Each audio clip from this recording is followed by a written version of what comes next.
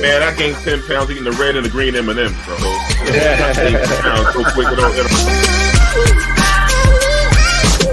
I'll chop it up today. How you brothers been for the week, man? Oh, we've been good, man. We've been good. Yeah. We can't ignore the ratings. I mean, this light skin thing is working for me and Derek. I heard it. It's more market. Where do we start?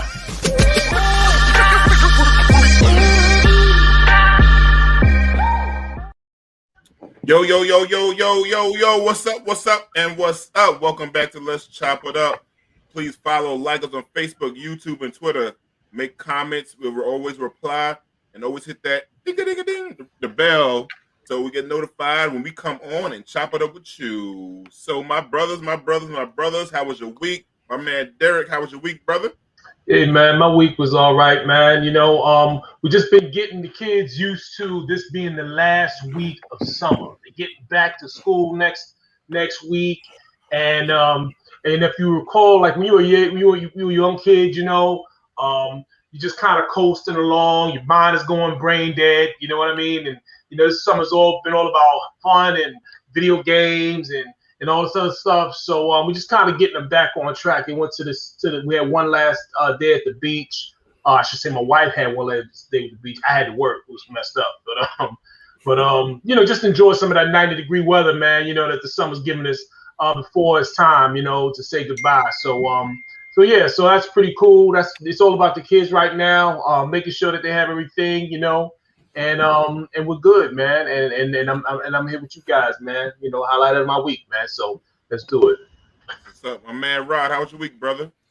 My week was great. I just came back in town. Me, my wife, and a couple of my kids. We went to Florida, and we had a great time. The weather was amazing, and the thing that kind of like threw the trip off in the beginning was I was a little nervous on the plane. I've heard all these stories about crying babies and, you know, people making a whole bunch of noise. This lady got on the plane with like 4 kids, and they probably were like all like 4 months apart. And yeah, they were all 4 months apart. Oh, how the fuck they? I know that's how all they looked the same age, and they were all her kids because they were all calling her mom. But she might have adopted some of them. I don't know, man. But them kids were the baddest kids I've ever seen in my life, man. I thought they were going to hijack the plane. I really did. Baby kid. It was baby's kid. They was wilding on that plane. Well, I'm talking about they had 2 rows. They were climbing over the seats. And one gentleman had to sit next to the mother and then one of the children. And he was pinned up against the window like he was terrified for his life. But so, these were you were the baddest. Spirit Airlines? You on Spirit Airlines? No. I was on American Airlines. Oh, that's Spirit-ish now. American is right under Spirit now. That's Spirit-ish. Spirit Light, man. Word up, Spirit Light. That's American Airlines. Spirit Light. Word up. That's the worst flight that I ever had. I never had a problem with any flights, and I've heard nightmares about flights, but that's the first time I've ever experienced out of control flight. But other than that, everything is good. Like, you know, Derek said, trying to get the kids back in the school mode and get them ready for school, get them off these computers and video games and stuff like that, and get them ready for school. My brother Kelvin, man, how was your week, man? You know what? The week was pretty uneventful. Everything was good. But now Rod just sparked something. I was on the Long Island Railroad today, and same thing. Railroad was cool all this time. But here comes Punifa. And I mean, come on there with a kid, got one kid in one seat, another kid, and I feel bad on Long Island Railroad. You got the 4-seaters where somebody else could sit, and this man was minding his own business, but he had to learn. And here she comes, baby crying, going off. She start beating the child, get on the son because the son ain't helping out. Then they pass in Doritos and back and forth between the aisle. Then the lady that comes to get the ticket, the lady's like, tickets, please, which is, everybody know you gotta, you know, have tickets on Long Island Railroad or show your screen. Don't you see I got the kids? What you want me to do? I mean, I got the lady's like, I'll come back. And I realized something. Right before that train ride, I thought we was gonna get somewhere as a people. But even on the train, when you're going somewhere, You still not gonna get there as a people. But nah, it was cool though. It sounded like you was on the Underground Railroad. So what's up, D? What's going on with your week, Man, my week was uneventful myself, man. I didn't really do too much, man. It rained a lot this weekend. They had much to do. Trying to get my son to the track to make sure he stays like some kind of shape, but and I'm thinking about putting him now. Hopefully, I can get him in like special needs, some kind of track and field because he seemed like he likes doing this walk run thing. So we'll see how that's it. And my week was very light. I had nothing to really talk about, man. So okay, cool. I'm alive. That's good. So that's what it is today. Kelvin, that's what it is. Kelvin, you got any pet peeves this week, man? I know you had some pet peeves the last few weeks. You got any this week, man? Well, this one is personal. So I had this terrible argument with a friend of mine, and when I say friend, right now I'm a restricted free agent, so we it depends. I haven't re-upped on our friendship, and we had this argument, and I just want to say, women just have to win arguments, even when they are wrong. Always. That's the thing I don't get, and I don't know how you declare a winner. So this is how I declare a winner. The first person who says that they're going to hang up, to me, they won. So I got to a point where I say, you know what? I don't want to hear it no more. You know what? Good night. Good night. She keeps going. I'm like, I don't want to hang up on you. So I want you to hang up so I can go. Because I just feel like I'm so right. I'm not going to talk to this no more. Mm-hmm. She keep me on the phone another 5 minutes. So she get mad. And then she talk about she going to hang up. And then she won the argument and she stole it. She cheated. That's what bothers me. I came off clean at first. Yeah. You know what I'm saying? I'm like, she keep being redundant. I'm like, I'm gonna hang up. You know what? Just because of that, good night. I'm not keep me on longer. Now I go take the bait, try to make another point. You know what? That point's ridiculous. I'm going. Goodbye. And I'm like, I cannot believe it. So that's why I have attitude. That's my pet peeve. How do you declare who won the argument? Because that's the problem is all we do is argue. And nobody wants to take that L. And I know I won, and I know on a technicality, she wound up winning because she cheated. And that just bothers me. We're going to start having the argument versus battle. Somebody needs to vote on who's going to win these arguments. Because I'm going to win one of them. My father told me, he's like, don't argue with women because you will never win. Never win. They go strong and wrong. They go strong and wrong, bro. Yeah. Not all women. I'm just saying that's how it goes with guys. And I don't want to and I'm glad she probably got attitude. She's not watching tonight, so that's good. That's what you get. Well, what you should tell her is you should say we were giving out free stuff the night you didn't watch and you missed it. And that's what you get. That's what you get. That's what you get. Yeah. That's what you get, man. Yo, that was funny. When we was kids, remember that was the thing. That's what you get. Yeah, that's what you get. Hell yeah. That's what your parents tell you now when you hurt yourself. Yeah. Well, no, not today. Back in the day. No, back in the day. Not today. Not today's soft ass parents. Yeah, you get hurt back there, break your arm. They say that's what you get. And they still take you to the hospital. My father, that's good. That's good. Yeah. I bet you can sit down somewhere now. I bet you learn now. Yeah. Learn today. You heard of that man that punched that girl, you're gonna learn today. Yeah. Kelvin, man, I got a pet peeve too, man. Well, mine's a little different. I got two pet peeves to be honest with you. People that don't put batteries in they doggone smoke alarms that be on social media and it just keep beeping. You ever heard somebody go beep? And then also in black porno. If you watch black porno, black porno always has the sound the guy beep. That's what you hear all the time. I can't enjoy the scenes. I'm looking for educational purposes when I look at these. 9 minutes in, D. 9 minutes in, D. Can't help it. Then, D, how do we respond to that? Like, I know it's true. I watch porno on Twitter and allegedly and on Pornhub and these places like that. And they always want to I'm biased about my porn. So I go to but they don't even call it black, they call it ebony. And then when I go click on ebony, they have the alarms going off. One thing I give you credit for, D, you are so supportive of your people across the board. No matter what they may be doing. I love it, man. But let me ask y'all this. Now, y'all might have these in your house or your office spaces.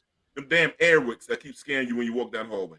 Oh, I got shit is the most annoying shits in the world. You swear you're getting jumped by Tahim and all of them. You walk up, you go, and you just jump. And you know this shit's there, but it should make you jump every time. Can we make a little quieter airway, please? That shit fucks me up, man. I know I got a bad heart. Oh, yo, I nut. That'd be bad to die, go out like that. You know, it's that airwick. That's what got to the airwick, man. The airwick is that shit is killer, man. That shit jump on you, man. Like ain't no joke, man. Anyhow, my brothers. What's first on the chopping block tonight? Chop it up. All New York City teachers and staff, people must be vaccinated by September 27th. Anybody want to take? I'm gonna be honest with you. The only thing that is probably more dangerous to me than the virus is me hearing about the vaccination. I mean, every day it is so polarizing. Both sides are so locked in. My cousin the other day, he was anti-vaccine. They finally broke my man down. My man couldn't go. He found out he couldn't go in no restaurants. That was a wrap. My man went out there like a champ. He just couldn't do it. I think at the end of the day, the mandate, that word mandate, is going to be the thing that just triggers everything. And so New York, we have kind of set the tone for this. We have set the tone. We've been a leader in the country on how to deal with this. So now they're just basically buckling down and they're doubling down on it. They're going to just push it and force it on people. I've been vaccinated. I'm going to wind up probably getting the booster. And that's what it is. But I think at this point, they had a window and they probably rolled it out wrong. We kind of came out once people started getting it. They said we had to get to 75%. We got to 70, so that's just it. It just set it back. So when you work for the city, then obviously the city is going to reserve the right to actually regulate, and that's one of the regulations that they're going to impose. And I think it'll be met with pushback, but I think this is the only way they see it out now with these different variants. Anybody else thoughts? Yeah. From what I read, there was basically they have to be vaccinated with at least one shot from the teachers for the teachers. The thing is, I look at it that they're going after the teachers first to make sure they're vaccinated, because the most important thing is that they get the kids back in school so everything can open up. Because if the parents don't have childcare, then they can't go out and work and get everything in the economy going. So. That's just really how I see it. That's why they're going with the schools first, because they know that they got to get those kids back in school so parents can go back to work to try to get everything going back to normal. But I'm waiting to see if they put a mandate on the police department. That's what I'm waiting to see. I know one police department said they won't do it. I forgot what I just heard. Yeah, but that's why I'm waiting to see. I think it was Chicago's union said they won't do it. I don't know. I didn't hear that, but it's going to be interesting to see if the buck stops at the teachers, or they're going to just, because like I said, I know why they're doing it for the teachers. It's so that the kids can go to school, so parents can go to work, but I'm going to see if they push it towards any other agencies as well. Well, I'll be honest with you. If Chicago don't want it, I can understand. I mean, they survivors. I can't front. If you've been out there, you're top in Chicago, I think you've been doing all right. I think the vaccine is the least of their problems over there. Yeah. Well, the mayor looked like the virus. You fouled him. You fouled. All right. And you know who else is fouled? Me for thinking the same thing. Oh, come on, Jamie, man. Roll mine too, because I can't. How I get it on this and not on black porn? We all like black porn. Shout out to Black Twitter porno section. I think all offices, all public service are going to wind up getting that vaccine, whether it be, teachers, whether it be firefighters or police officers, whether it be anything, toll workers, anybody.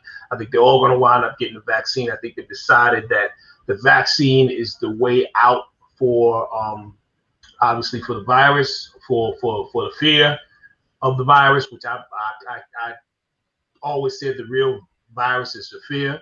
So you have to allay the fears of the public, and that's how they've chosen to do it, through the mandates. So it's going to have to start from the top. It's going to have to start from, public officials, public agencies, public workers, and then and they'll lead the way. So I mean, Derik, I gotta admit though that virus, I mean, I agree with fear being a problem, but it's not. It's that more ain't than the the fear. real virus. I can't front. It's the Listen, death. It's the death and the sickness from the We can deal virus. with fear for a minute, but that situation is. I get your point, but that ain't the real virus. Yeah. That's not the real virus. I disagree with you on that one. They can get you caught up. I'm not saying the virus isn't real. No, I know. What I mean is the real danger from the virus. All right, because at the end of the day, if you don't want to get vaccinated, there's another thing that you can do that has been proven to bring down the rates. That has proven to protect you, and that is wear your mask, social distance, wash your hands, wear your gloves. All right, and we know the effectiveness of that because we saw the effectiveness of that before we had the vaccine. And even if you have the vaccine, you still need to do that, right? But what's happening is they're pushing the fact that you don't have because people don't want to do that, so they're saying, we're going to go ahead and vaccinate everybody, and that's going to be the cure. And they've already told you that you can still pass the virus even if you're vaccinated or not. So you have to do something to allay the fear. So they decided that mandatory vaccination is going to be the thing, even though it is still questionable with regard to passing along the virus. Now, let me ask you this question. Let's say hypothetically, right? Let's say hypothetically, they're like, you don't have to get it mandated, and you can rock with the mask and the gloves and stuff like that. How long would you be willing to do that if you didn't get vaccinated? Me, I continue to do it. If you're asking me personally, I have discipline. I can continue to do it. But I'm saying, but how long can you do it? But not that many people. But you're going to have to do that anyway. Here's my point. You're going to have to do that anyway. That's regardless to what they're telling you that. You're going well, to have to do that anyway. How long y'all think y'all could do it? How long you think you can do it? Because you're going to have to do it. I can't do it now. It's killing me now. Right. So you're good. Right. So that's the whole point. You're going to have to do it. Regardless. No, I think what Kelvin is going at, that people are going to want to take them off. I think what it is, if having the mask on does help you. Now, if people get more vaccine, yes, you can pass it. But the thing I think you keep missing is that it's less chance of dying. That I agree with. Now that I agree with. I'm not missing that. That I agree with. But that's not. But that's a different argument. They're not making that argument. They're saying that if you're not vaccinated, you are passing the virus. It's saying both people. They're saying both people. I've seen both arguments. Both people saying you still get it, and people understanding of that. Like you still can get it, you still pass it on like a common cold, whatever. I think people don't understand the death part. They're trying to stop the death part. They're trying to stop people from being in the hospital when you get sick. Right. You're taking up beds for people that have other illnesses, heart disease, strokes, and stuff like that. That's what people don't know. It's a trickle down effect by people still, and this Delta thing holding up these beds with something that could be. Well, when I first got vaccinated, I took the mask off. But then most places are going to still ask you to wear the mask, no matter you're vaccinated or not. Yeah, but if we get to a point where it cuts down, they might start taking off the mask mandate. The thing is this, right? I understand about the mask. I understand about the vaccine. There's one thing I kind of feel like Derik left out, because lots of things he said I did agree with him. The main thing is health. That's the number one thing. If your immune system is healthy, because let's face the facts, most of the people that went to the hospital, had COVID, what did they do? They sent them home. Right? Now, most of the contributing factors, obesity, low immune system, over the age of 65, those people at high risk. I feel, and I do believe, that the media push so hard that everybody that gets it is going to die. And that's the fear. So even when people get it and they're not vaccinated, or they are vaccinated, they're still running to the hospital, which is overcrowding the hospitals because media push so much fear that you are going to die. But most people that get COVID are home battling it, and majority of the people win that battle. Now, I'm not trying to downplay people dying, but when we look at how many people on average die a year, we haven't even reached that number. But this is what I thought. I thought if everybody got vaccinated, or at least 75% of people got vaccinated, I thought we could get rid of the virus completely. They said that would do herd immunity. But right, that's what I was thinking. Okay, but then they also said that they will be giving you a vaccine every year after herd immunity. Right. So in other words, you're saying that the virus is just here forever. Pretty much. They're telling you that. And what they're doing now is teaching you to live with it. That's what they're doing. And you're going to require extra ID in the form of a vaccination card. All right. And as we know as black men, ID and us work so well together. Yeah, what I'm saying is, when can I take off the mask? That's what I want to know. It's going to be a while before you take off the mask. In my opinion, Kelvin, it's going to be a while. Like I said, you still got people that are vaccinated, and you still got to go in there with a mask. Yeah.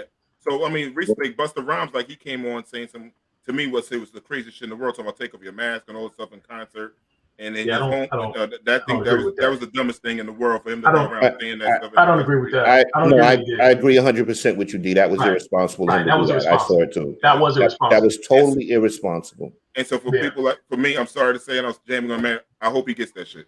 I hope he gets a Delta. And I'm a Busta Rhymes fan. I really do. And I hope he gets it because it was a year ago last year when he was sick. When Busta Rhymes was hospitalized, he's damn near about to say he's away from having a heart attack, all this other shit. I'm saying you control that shit the whole time. I really do. And I love him as an artist, but I hate ignorant shit. And Malcolm X always say, be aware of they always go to our entertainers. And you know what this remind me of?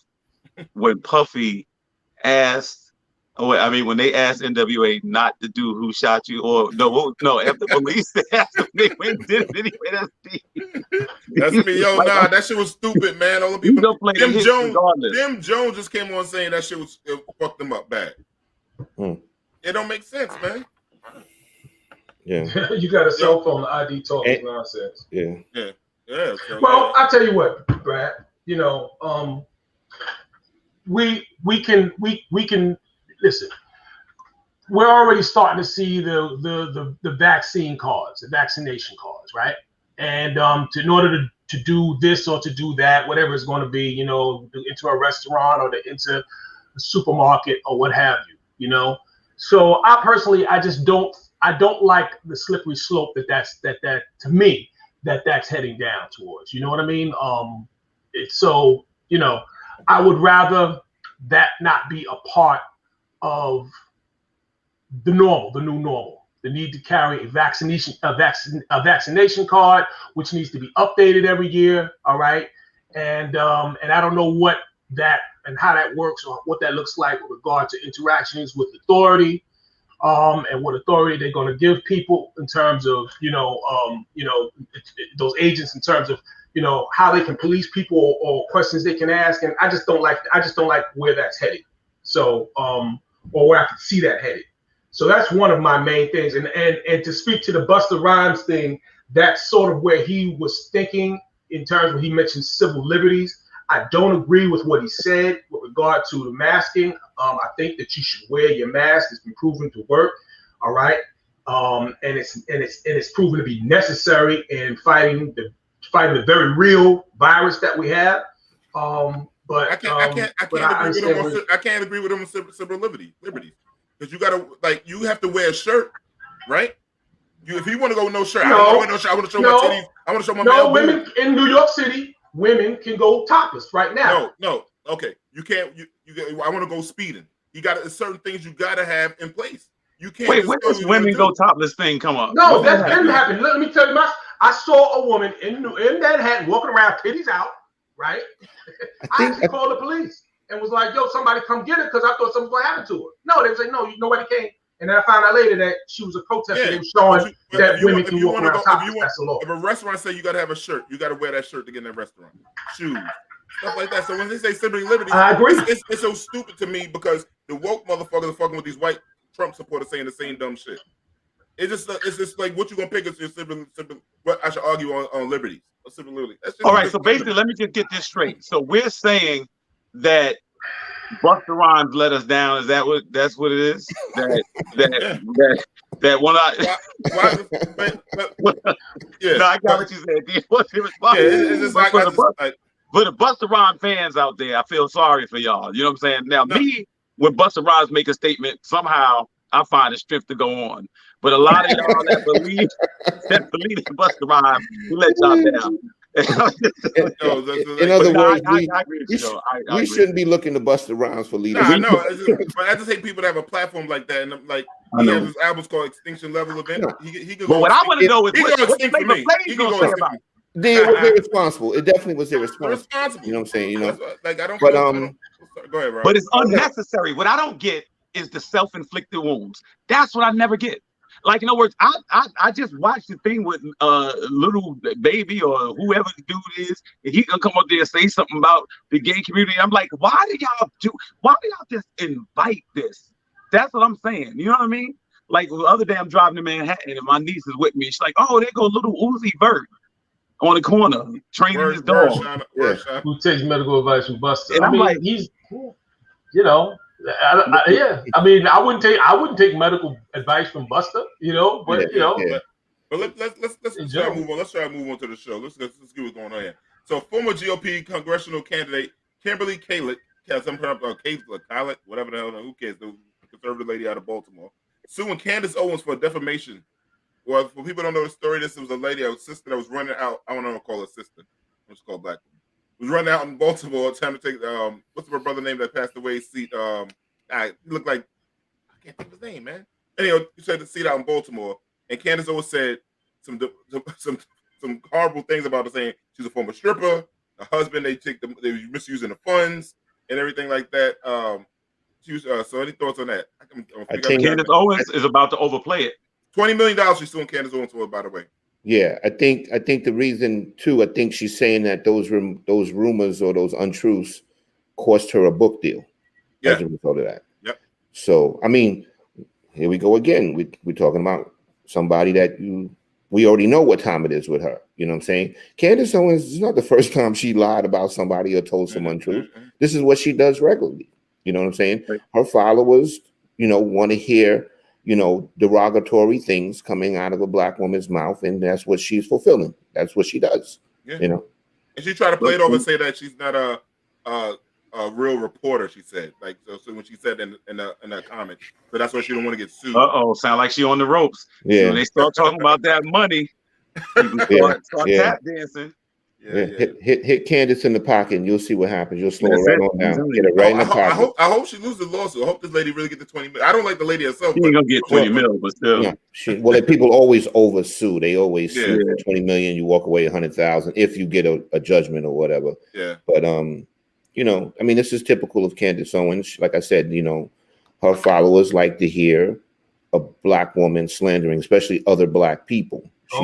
That's what they use her for. It's also a jab. It also will let Candace know you can't just say anything just because you think you can say it. But sometimes, like you got to understand, Candace Owens has been doing this a while, so sometimes people get really, really comfortable. Yep. And you're right. That's what she needs. She may need something to slow her down. Yeah. That's right. Oh, she ain't gonna get no wake up call. Trust me. And if she get a wake up call, she ain't got nobody to come back to anyway. Because I know my people ain't accepting her back. Hey, Adriana. How you doing? Adriana from Philly. What up? That's right. Bring us a cheesesteak.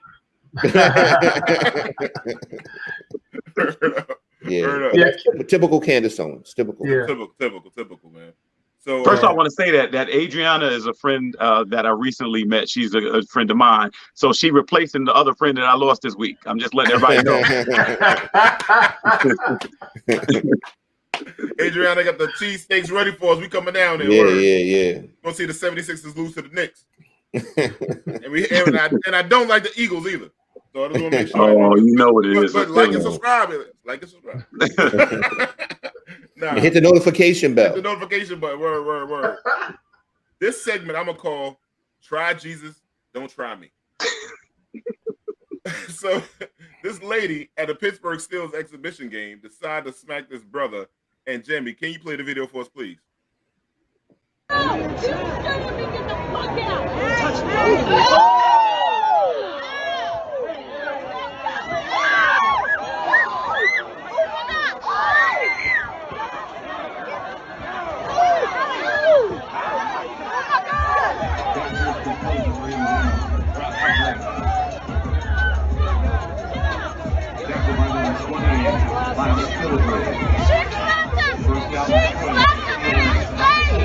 She hit him first. Yeah, she slapped him in his face. Get his glasses. Somebody get his glasses.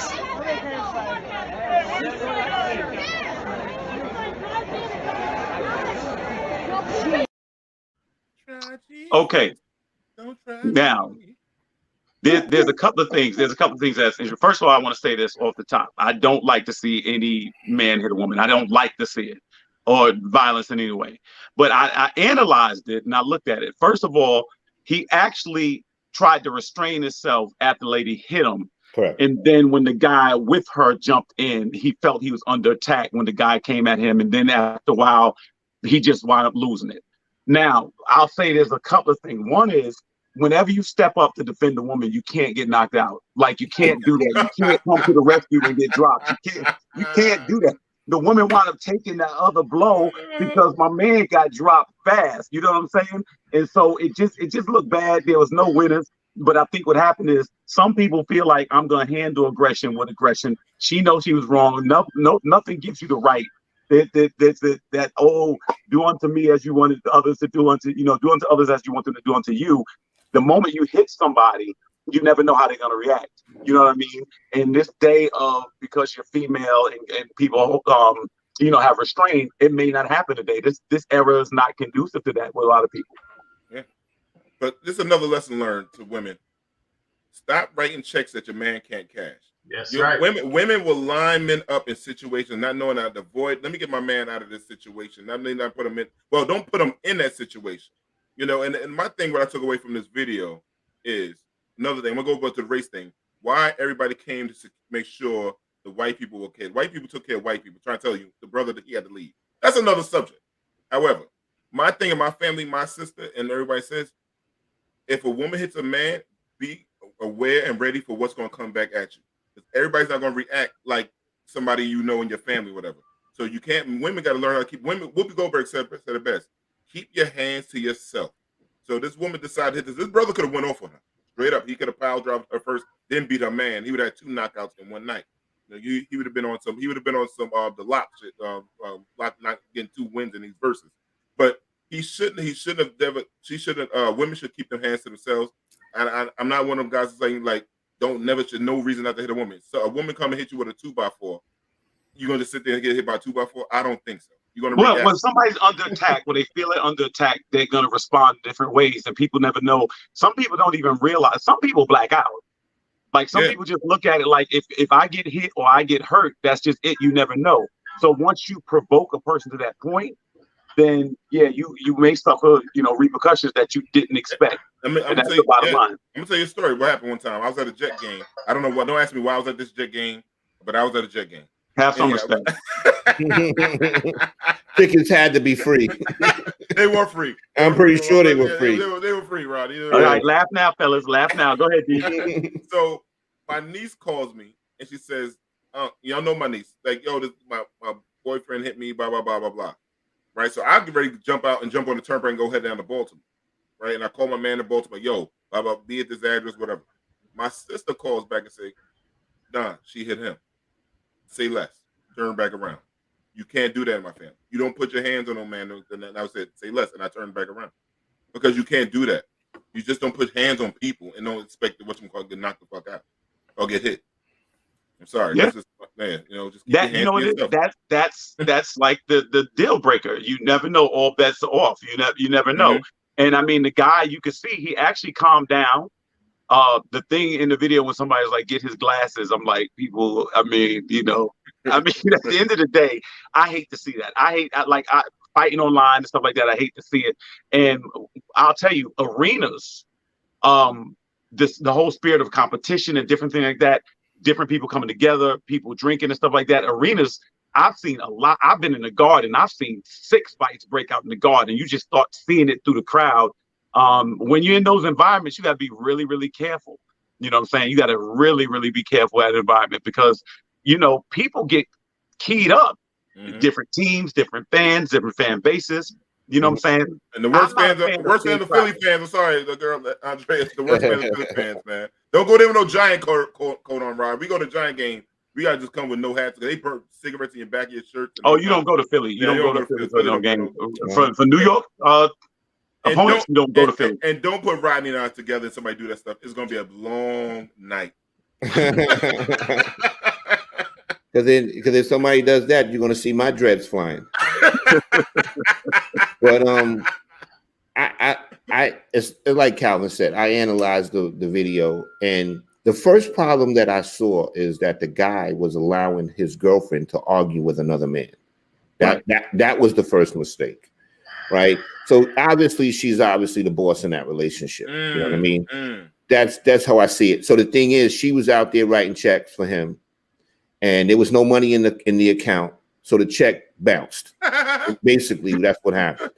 But the thing is, after she slapped him, if you pay close attention, he pulled that punch. He was about to let it fly on her, and he pulled it back. And then he looked at him and said, "Well, if I can't put it on her, I'm gonna put it on you." You know what I'm saying? And that's what he did. So somebody getting that smoke. Somebody gonna get that smoke. Yeah, somebody was going to get the smoke. But the bottom line is, obviously, that the gentleman that took the beating basically didn't have his woman in under. I don't mean like saying he got to have her under control, but in that situation, he needed to have her under control or step in and he take up the argument with the man. You ain't not going to stand there and let your woman argue with him. But see, I hate, and again, I hate when you come to the rescue and get two-pieced. That's what I'm saying. Like you could stay in your seat for that. Like, you know what I'm saying? Can we acknowledge the brother, man, for like the excellent hip control, though, because he couldn't get one foot in front of the other, but he still managed to give that straight right, man, twice, man, and just put him down, bro. And I think that was expert right there. I'm like, you know what, Derek? The ancestors came and said, "Try Jesus." Yo, the reason I'm laughing because Derik loved boxing so much that he did color commentary on this. Classic. He did get one. Or that guy got a weak ass chin, Glass Joe. Because that man, Derik, like, I'm gonna see a fight somewhere. Well, that was better than any of those damn fights we've been watching with those damn Instagram motherfuckers and all that shit. Oh, right, man. Yeah, he wasted the higher ground, exactly. Right? Yeah, and let's deal with that. Yeah, exactly. Yeah. He had a height advantage. Yeah. The thing is, if you're swinging down, sometimes your momentum will take you down, and you'll actually you'll fall forward and actually lose the fight. Because you got leverage going up.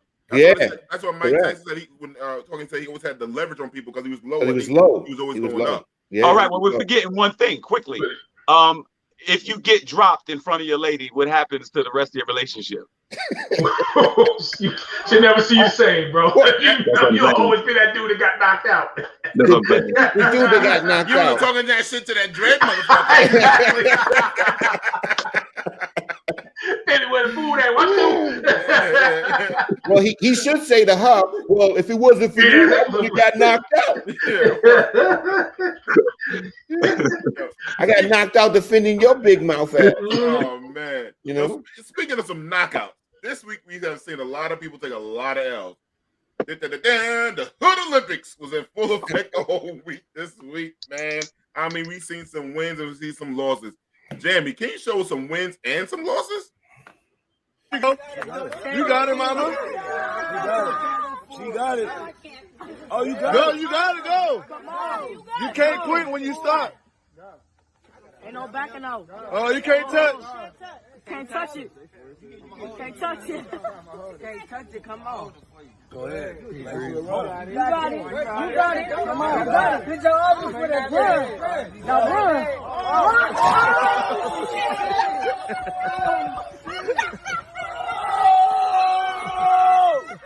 Oh, her arm broke. Oh, her arm broke. Oh, shit. Oh, fuck. Oh. Get a white one. Said your arm is broken. You shouldn't have did that. I want to say this nullified the entire "I Have a Dream" speech in one clip. it just did. It did everything we fought for. I mean, yo, that's what I said, Sean. I was trying to tell him there was one with the guy. The lady sisters had two ladies with high heels. One, Jamie, you didn't play the brother that won though. We can talk about both of them. He ain't stuck. He just rolling and finishing the blunt. So when he come down, he gonna light it. That's all. Yeah. Yeah. Yeah. And oh. This is yo. This. Yes. On the crate. Yeah. Yeah, he rolling it on the crate, cuz. Yeah. Get that nigga a lighter. Get that nigga alive! Get that nigga alive! Yeah. Yo, we in serious trouble. We are. We are in serious trouble. This challenge has sent black people back 50 to 75 years. We are. We need to bring back the middle passage. You know what my biggest concern is, right? My biggest concern is this is going to create a crate shortage. So now we won't be able to get our orange juice. We won't be able to get our milk because all the crates are in the hood doing the crate challenge. That's going to be our biggest problem. And another thing too, a DJ ain't going to be able to find a crate. You know what I'm saying? They got on the machine thing. So let me just for those keeping score at home, vintage DJ. For those keeping score at home, not doing great in the tech world, but fireworks and walking on crates though, is still number one. I just want to see. I just want to find out who invented this. I love ghetto shit.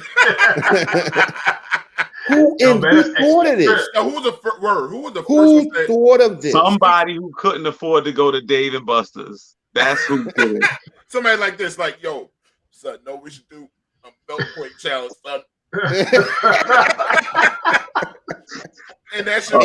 But have you seen the price of milk crates since this shit started happening? Yeah, it's crazy. It was $4.99 a crate now. That's what I'm trying to tell you. It's going to create a crate shortage.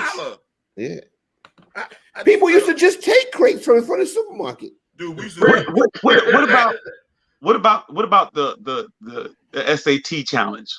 What about the math challenge? Yeah. What about the get a job challenge? You're right. What about the stop get the credit right challenge? But I tell you, know how to stop this, right? 4th of July challenge. No fireworks on that 4th of July. Put some books on top of those crates. They'll stop talking on them. Oh, they gonna read a book challenge. Yeah, ain't gonna do a book. Put books inside the crates. No, I can't do that shit. Wow. I might learn something. The dude with the blunt walked across that shit like he was Black Jesus on water. Yeah. That athleticism. That would make he was ghetto safe food, bro. The way he was doing this shit, man. He was like, damn, he was 36 chambers with it, bro. Damn. Oh my God. I remember the crate used to be a basketball hoop when we didn't have pops. Now the shit is just some other different shit. That's when you were poor. Right. They should use those crates to get on the Spirit airline plane. Because the same attitude that's on the crates walk onto the plane.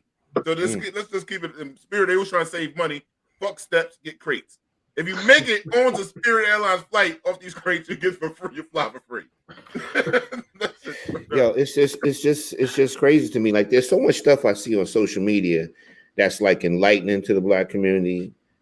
Teaching them about some money, teaching them about some history or something like that. None of that goes viral. None of it goes viral. Negative shit always. Put some crates together and have people walk it, break their arm, roll blunts. It goes viral. It did what killed me is the brother had nerve to be proud too. Like everybody, my man just took home the gold. That's what got me. You know what I'm saying? He just got new credibility in the hood. They said, yo, that's the guy that beat the crate challenge. Yeah. But where did they find that random white woman in a skirt to be in the hood to go on the crate challenge? I don't know. She was probably buying weed while she was there. And they said, yo, you want to do the crate challenge? She said, hey, fuck it, I'll give it a shot. Oh, man, we just not going to make it. We're not going to make it. We're in some serious trouble, man. Nobody heard the speeches of the 60s. Anyhow. Disgruntled HR executive deletes 17,000 resumes and destroys personal data after being fired. She was convicted and faces 15 years in prison. Anybody that's in HR, please chime in the chat. Any thoughts, gentlemen? That gotta be the blackest way to quit ever,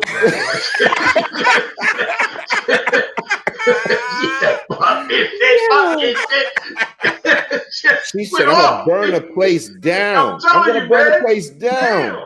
They fired me. I'm gonna burn this place down. Oh man. Yeah. Now she lost her job. Now she's gonna probably wind up doing time for that too. Yeah. You know what? You know what? There was somebody years ago in the 90s that was teaching young people in the city to play chess. I remember that. Saying conceptually it was think before you move. Mm-hmm. That was the whole thing, and it was almost supposed to be like a microcosm of life.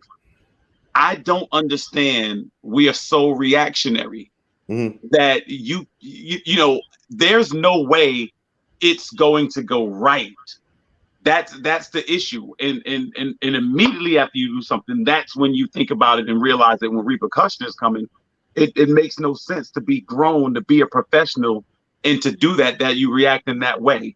You know, that's why certain people get like, less terms for, less time for like something that just happened spur of the moment. They just reacted.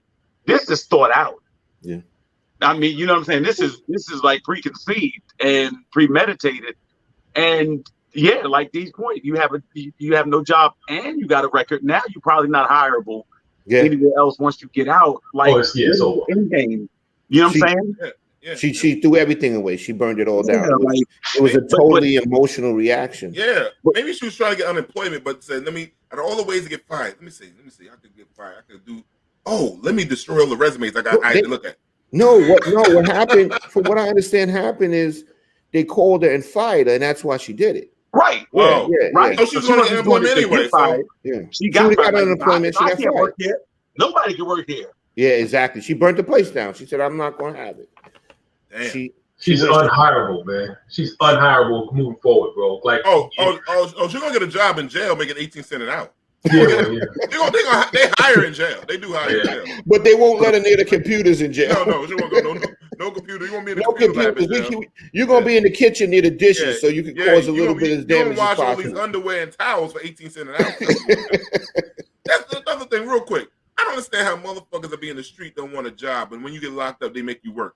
And then you work for 18 cents an hour. And being there working hard. I don't get that mentality with these dudes. I'm not going to say anything because I don't want to be redundant. Carry on. Carry on, okay. Southwest Airlines apologized after employees mocked a child named ABCDE. The Southwest employees made fun of that person's name, pointing out the child and the mom and to co-workers, then took a photo of the player's passport and posted it on social media. All right, I have to be redundant. Okay, you brought me back in. I tried.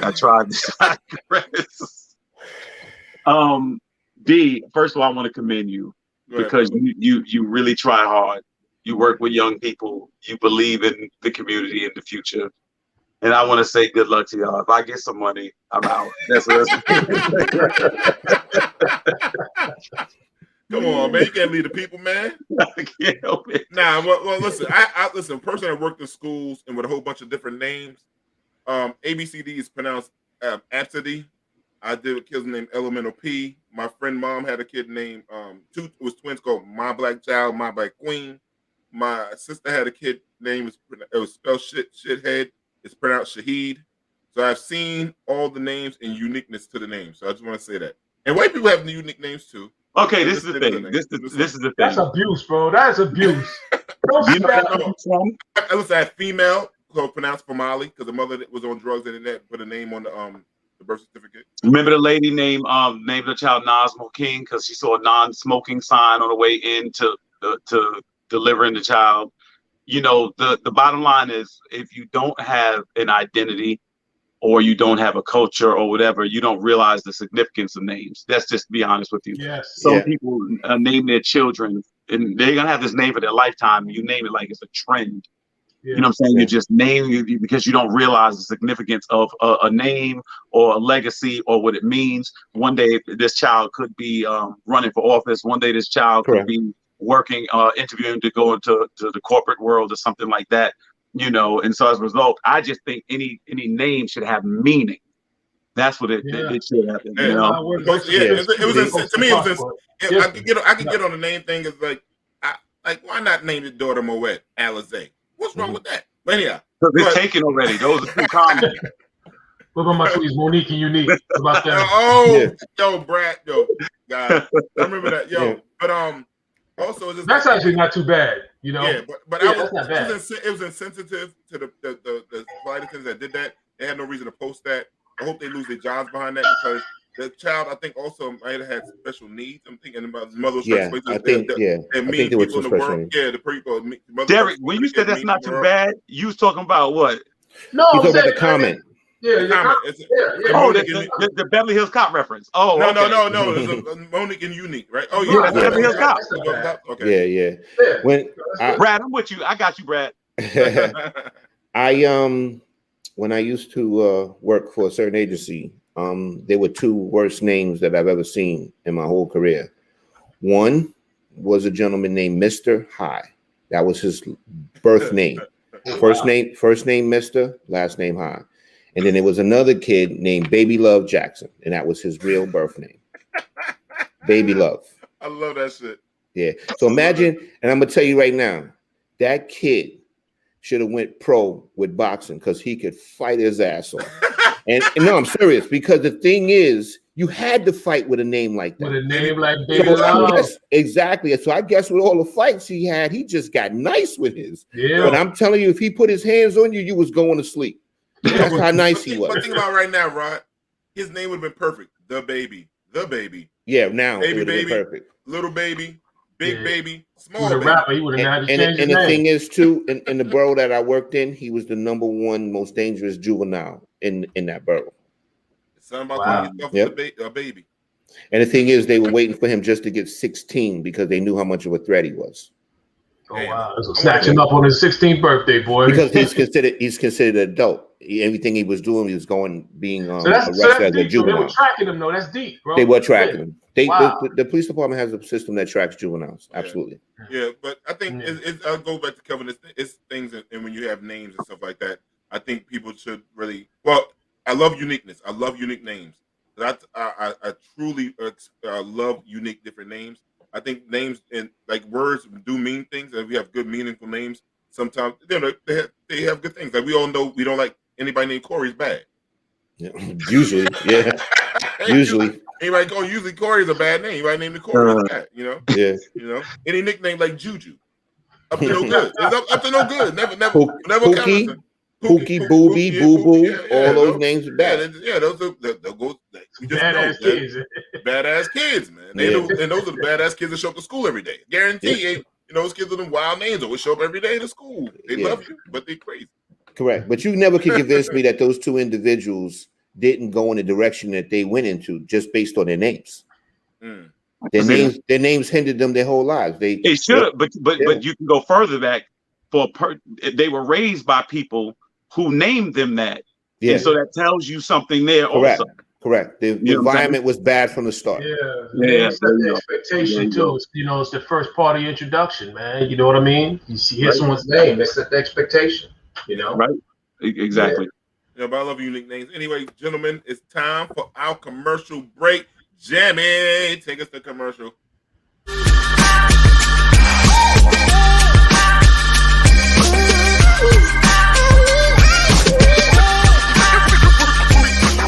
Orchard Blue Counseling Services, or known as OBS, is a private mental health practice based in Southeast Queens, New York. OBS's founder and holistic psychotherapist, Serene Prince, is a Queens native with Caribbean roots. Serene is committed to providing culturally competent holistic psychotherapy to diverse communities while curating a safe healing space for Black and Brown people with compassion and awareness of their total being. As experts in children and teens, we have curated a mental health and wellness community where children are heard, guided in developing a healthy self-esteem, supported in strengthening their inherited resilience, and learn skills to manage their emotions to develop positive relationships with parents, adults, and their peers. Orchard Blue Counseling Services is designed to help children and adults discover their inner healer as we take the journey with our clients to work towards self-acceptance, self-love, and resilience to manage life's uncertainties and embrace its wonders. Our private practice extends to providing consultant services for personal life transitions and business development, parenting guidance and support, and clinical supervision for mental health students and therapists. And be sure to book our founder, Serene Prince, as your next holistic speaker, offering your audience a life-changing experience. Now that you have taken the first step to learning about us, we invite you to walk towards a healing and progressive life with Orchard Blue Counseling Services. Contact us for your free consultation where applicable. Email or call us at info@orchardbluecounseling.com or area code 516-200-1174. You can also connect with us at our website and social media pages, orchardbluecounseling.com, or on Instagram at orchardblue_counseling SBCS, or Facebook at Orchard Blue Counseling.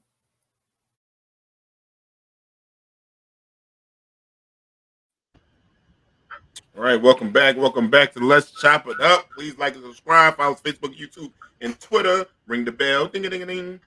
And then follow so you can get updates from us and everything, man. So, gentlemen, scholars, next on the chopping block, we got a woman that tells a story about what she learned about her relationship. Jamie, can you play the video so people can get an understanding of what we want to talk about here? I can't be the only one with this kind of story. About 2 years ago, I was in a relationship with a man, and he was about 40. I was about, 25, 27, something like that. But he was willing to invest in me physically, financially, emotionally, religiously, like all aspects. He wanted to make me a better woman for him. Well, he boosted my self-esteem and my well-being so much that I thought that I could do better than him. And now fast forward, I am now post dealing with a narcissist. I now understand that not all men have your best intention at heart. Not all men will invest in you, and not all men will uplift you.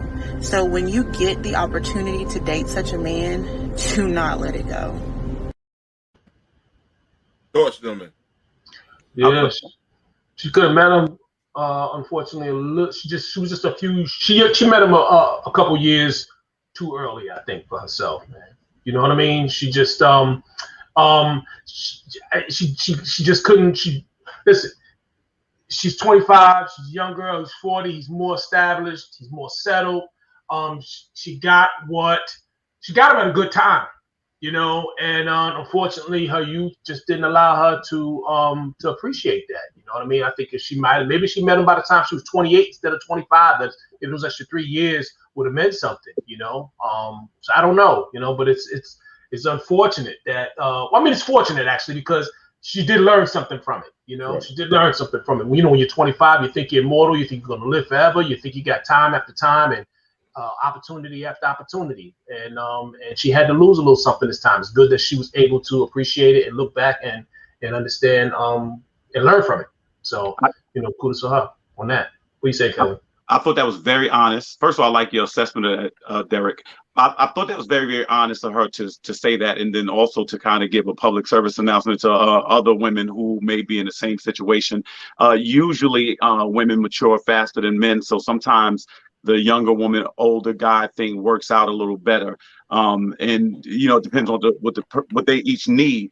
But I think that's a serious issue in our community. I think there's a lot of people that good men are recognized, I think, late. I think it's lost on this era and generation. I think some people don't have a reference point to understand what a good man is.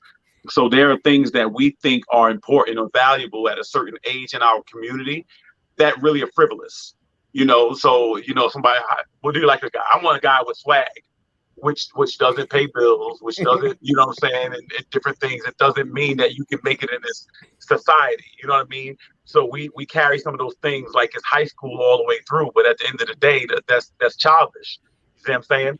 And so sometimes people don't have a paternal reference point usually to actually gauge what it is with a good man. So what happens is the good guy winds up getting played.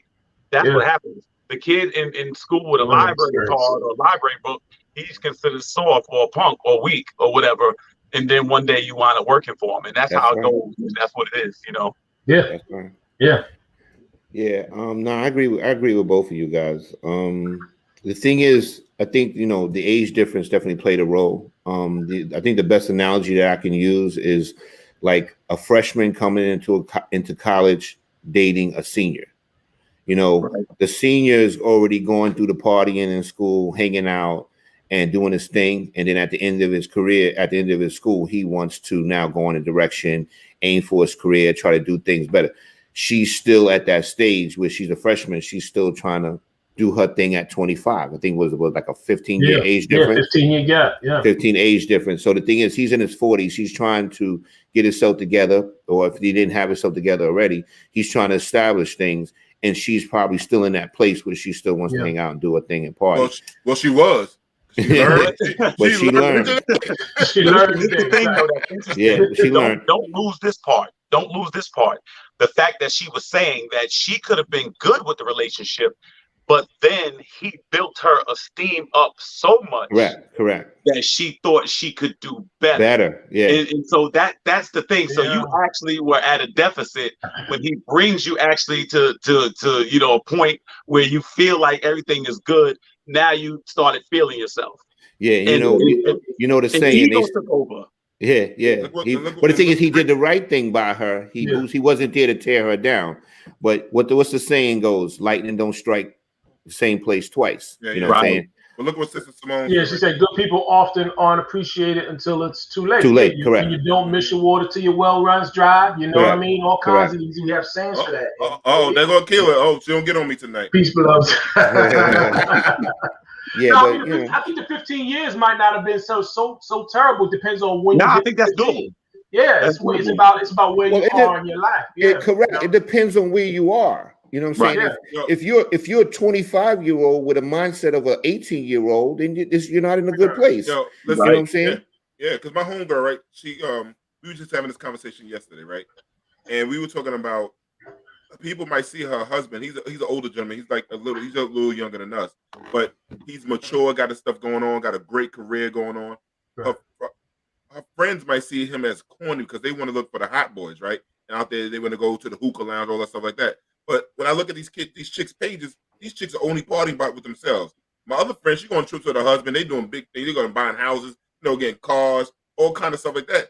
You just getting one thing you walking home with is a wet backside every night, and you got a bunch of pictures on the hookah and hookah pictures and all that stuff, and that's it. They travel alone. They don't get it. Like, you know what I'm saying? I think a lot of these chicks are going to wind up being alone for the rest of their lives. I actually think there's a new culture for that. I do think that there'll be people that'll be in clubs at 50 years old. I do think there's a new culture for that. They're doing it now. There's 50-year-olds in clubs now. Hey, Ryan was just in the South Beach. He could tell you. I wasn't in no club. Yo, do me a favor. Do me a favor, D. Unbutton that top button because you look like you got an airplane neck pillow around your neck. Okay? I told you not to do that. Didn't I tell you not to do that? Yo, now take that airplane neck pillow off. I know my BDBs is about to pop out. Yo, I didn't want to expose on my sexiness on my chest hair. I didn't want to expose on my chest hair. On the show looking like Carlton from Fresh Prince from Bel Air. You better knock it off. You better unbutton that. But let me tell you something. Many years ago, I think I was maybe 29 years old and went out with somebody like 27 back in the day. And I'm telling the girl, about me. I'm telling the girl about me, and I'm like, I have a bachelor's degree, I have a master's, I own a home. The girl was like, "Have you ever shot a gun?" Wow. I was like, "Is somebody after you?" You know what you should have said? No, but I'm going to shoot your ass right out of here. No, I could not believe after everything I said, the girl was like, "Have you ever shot a gun?" Wow. I was like, I should right now to shoot myself. Hey, I told you guys before that girl on that date I went on, she told me to call her a bitch. I said, "You want me to call you a bitch?" They called me a bitch. I said, like, "Yo, bitch, pass me the salt." She said, "Yes." I was like, on that note, check. Yeah, man. There is see, I teach a class called Intro to Getabulism. And that's one of the things that I teach. I'm going to tell you really quickly, the last thing, the one, I went out with somebody back in the day and I guess I'm the common denominator now. I realize I'm indicting myself. We go to the movies. She did something I never saw before. She took the salt from the concession stand and brought it into the movie theater. That wasn't the problem. The problem was people in there was asking her to pass it, and here they go passing the phone around. I realized then we will never get anywhere. That was funny, man. But but women should respect the nerd. You know what I'm saying? The nerd look is in, and that's what should do. You gonna cut off your air supply? Is somebody there with you? You started turning blue light, boy. Yeah. Unbelievable. Oh God, you guys gotta be crying, man. I got crying. I set myself up, but listen, man. I like the nerd look, man. I'm telling you, we're gonna make nerds sexy. We're gonna make all our sons be nerds, do nerd stuff to take over the world. That's right. I keep going back to the guy, Robert Smith. When I heard his nerd shit was so dope, the guy that gave all the money for people, he's the one that gave the money to the kids at Morehouse. This dude and his friends get private jets, put their cars on their jets to go race in Africa. That's nerd shit. That's hey man, that's dope. That's nerd dope. Shit. Yeah, you know, not flashing money like Money Mayweather. These nerds are doing big time nerd shit. That's what I want. So, but you don't know about that, boy. I'm gonna get my collar so buttoned up. You know what I'm saying? So nobody get close to me. Don't catch a little cold around this throat. But this young girl, man, I hope she get it together. Hope she get out the toxic relationship that she's in now. That she realized the nerd dude, the older gentleman, where was that? I mean, hopefully she can find somebody her age that's just on a different page and things. Nah, yeah, we got some egghead. Yeah, we got some egghead sons, and I'm a nerd. But you know what? The thing is, they're going to be bosses, though, Derek. That's who turns out to be the bosses. Exactly. Hey, man. If you look at all the cool dudes and the dudes that run the streets, they're not the boss at the company. They're not the boss, owning the company. The nerds become the bosses. Yep. Them dudes are good for the moment. Hey, listen, yeah, that's man, right. I spend money. I spend money on my kids for online courses and coding and all this other stuff, man. You know what I'm saying? I'm just trying to do it, man. You know, look at the cats. I always tell people, look at Silicon Valley and then look at the motherfuckers that live in P Valley.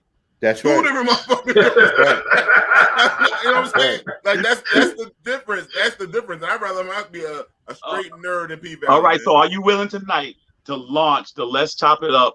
Read a book challenge tonight. Let's do it. Let's do it. Read a book. Let's do it. Read a book, man. Talk about what you're reading, man. Have you read something? Word up. Shout out to our brother from Sri Lanka, man. I mean, that's a lot of Sri Lanka, love. A lot of international love out there tonight, man. That's right, brother. Thank you. Checking us out, man. Thanks for that love. Thanks for that love. If you still going, what time is it over there, man? I want to know what the time is. That I don't know, man, but it's probably early. I don't know what. It's probably early over there. Yeah, the next day over there. Yeah. She said, I was teasing a young kid for being smart in school. It made me consider downplaying my intelligence in order to fit in. And that's a real issue for a lot of kids now. That's deep. It's not cool to be smart. Yeah, when we were coming up, it really was a thing. You know what I mean? And I guess it is. But one thing I was happy about, especially with my oldest son, I noticed that a lot of his friends, it seemed like they had a little bit more leeway with that because he was my oldest son. He was a proud nerd, you know what I mean? And all his friends were proud nerds, you know what I mean? And it kind of gave them their own little look and their own little identity. And they didn't really suffer the way we, coming up, you know what I mean? We would have really held it, you know what I mean? So it was good to see them going through life and going through their, through their academic careers with that identity. You know, they were the robotics kids. They were the engineering kids. And all of that, and it was nice to see. He had a nice pack. I think that's probably what helped him too. Yeah. Well, did you guys watch anime?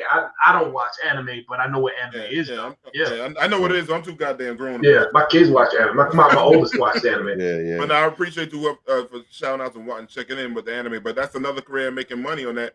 The cartoons, and we had Sanford on there on our show. He's a cartoonist and stuff. And Sanford about to blow up with his big movie deal that he got coming out. So it's like he's about to be out of here in a minute. And getting back to like the nerdy kids are the way to go. We gotta make nerdy sexy. That's what I would want my daughter. And for one thing, it might be safer. We got kids that play games, get $1 million checks for playing games. Those are nerdy kids. But my friends call me Cliff from Cheers, not naming no names. That is a fact. Oh, so he said, wait a minute, he said he ain't naming no names, and here you come, D. I dry stitch, but listen, that's my man. We did call him Cliff. That motherfucker, I was a keeper of useless facts. He had facts on top of the facts. That's what I'm talking on that shit right there, man. The Dragon Crew, yeah. Dungeon Dragon Bird. On cats, man. But I wanna say this. I wonder if that young lady, going back to the lady's little testimony there, I wonder if she ever reached back out to that guy that she lost. I don't know. See, this is the thing. Sometimes the good guy ain't trying to hear the recycle. Like sometimes that's true too. You know, like really, that's what people realize. And I think I think it didn't happen, Rod, because she's saying that if you have a chance, then hold on to it. She lost it. Mm-hmm. At the end of the day, you start to realize like this dude was for me. I mean, if you really think of it, she said the man invested in me physically, spiritually, mentally, like he had her back 100%. Mm-hmm. So the trade-off is usually the older guy wants the younger woman because of how she looks and things like that, and he's hoping that, you know, her mind or whatever will catch up and blah blah blah. Some of it is, you know, ego driven and whatever like that, but he just seemed like he was into her, and like she said, she just couldn't appreciate it at the time. What I realized a long time ago, timing is important. You know, I remember somebody made this statement one time, and maybe some you guys are all fathers, you can relate to this. This guy was saying, he said, when my son was a baby, I bought him a watch, but I couldn't give it to him when he was a baby. I bought it when he got older, when he appreciated, when he'd be ready for it. Yeah. And so what happens is sometimes people need to understand you need to kind of grow into your future. That's the thing. But what we do, we're prisoners of the moment. Yeah. You know what I mean? And so the clubbing and all that stuff has a shelf life. Correct. All those different things like that. Ultimately, one day you're going to want to say, you know what? I want somebody that's going to be there for me. Somebody sent me something today saying, you know, it's character that will be there over charisma. You know what I'm saying? And late at night, if there's something happening, a woman said something to me that I always thought of. Yo, you gotta read that comment. What you said the sex was probably whack. Oh man. Yeah. Damn, Achilles. Yeah. This woman said something I always thought of.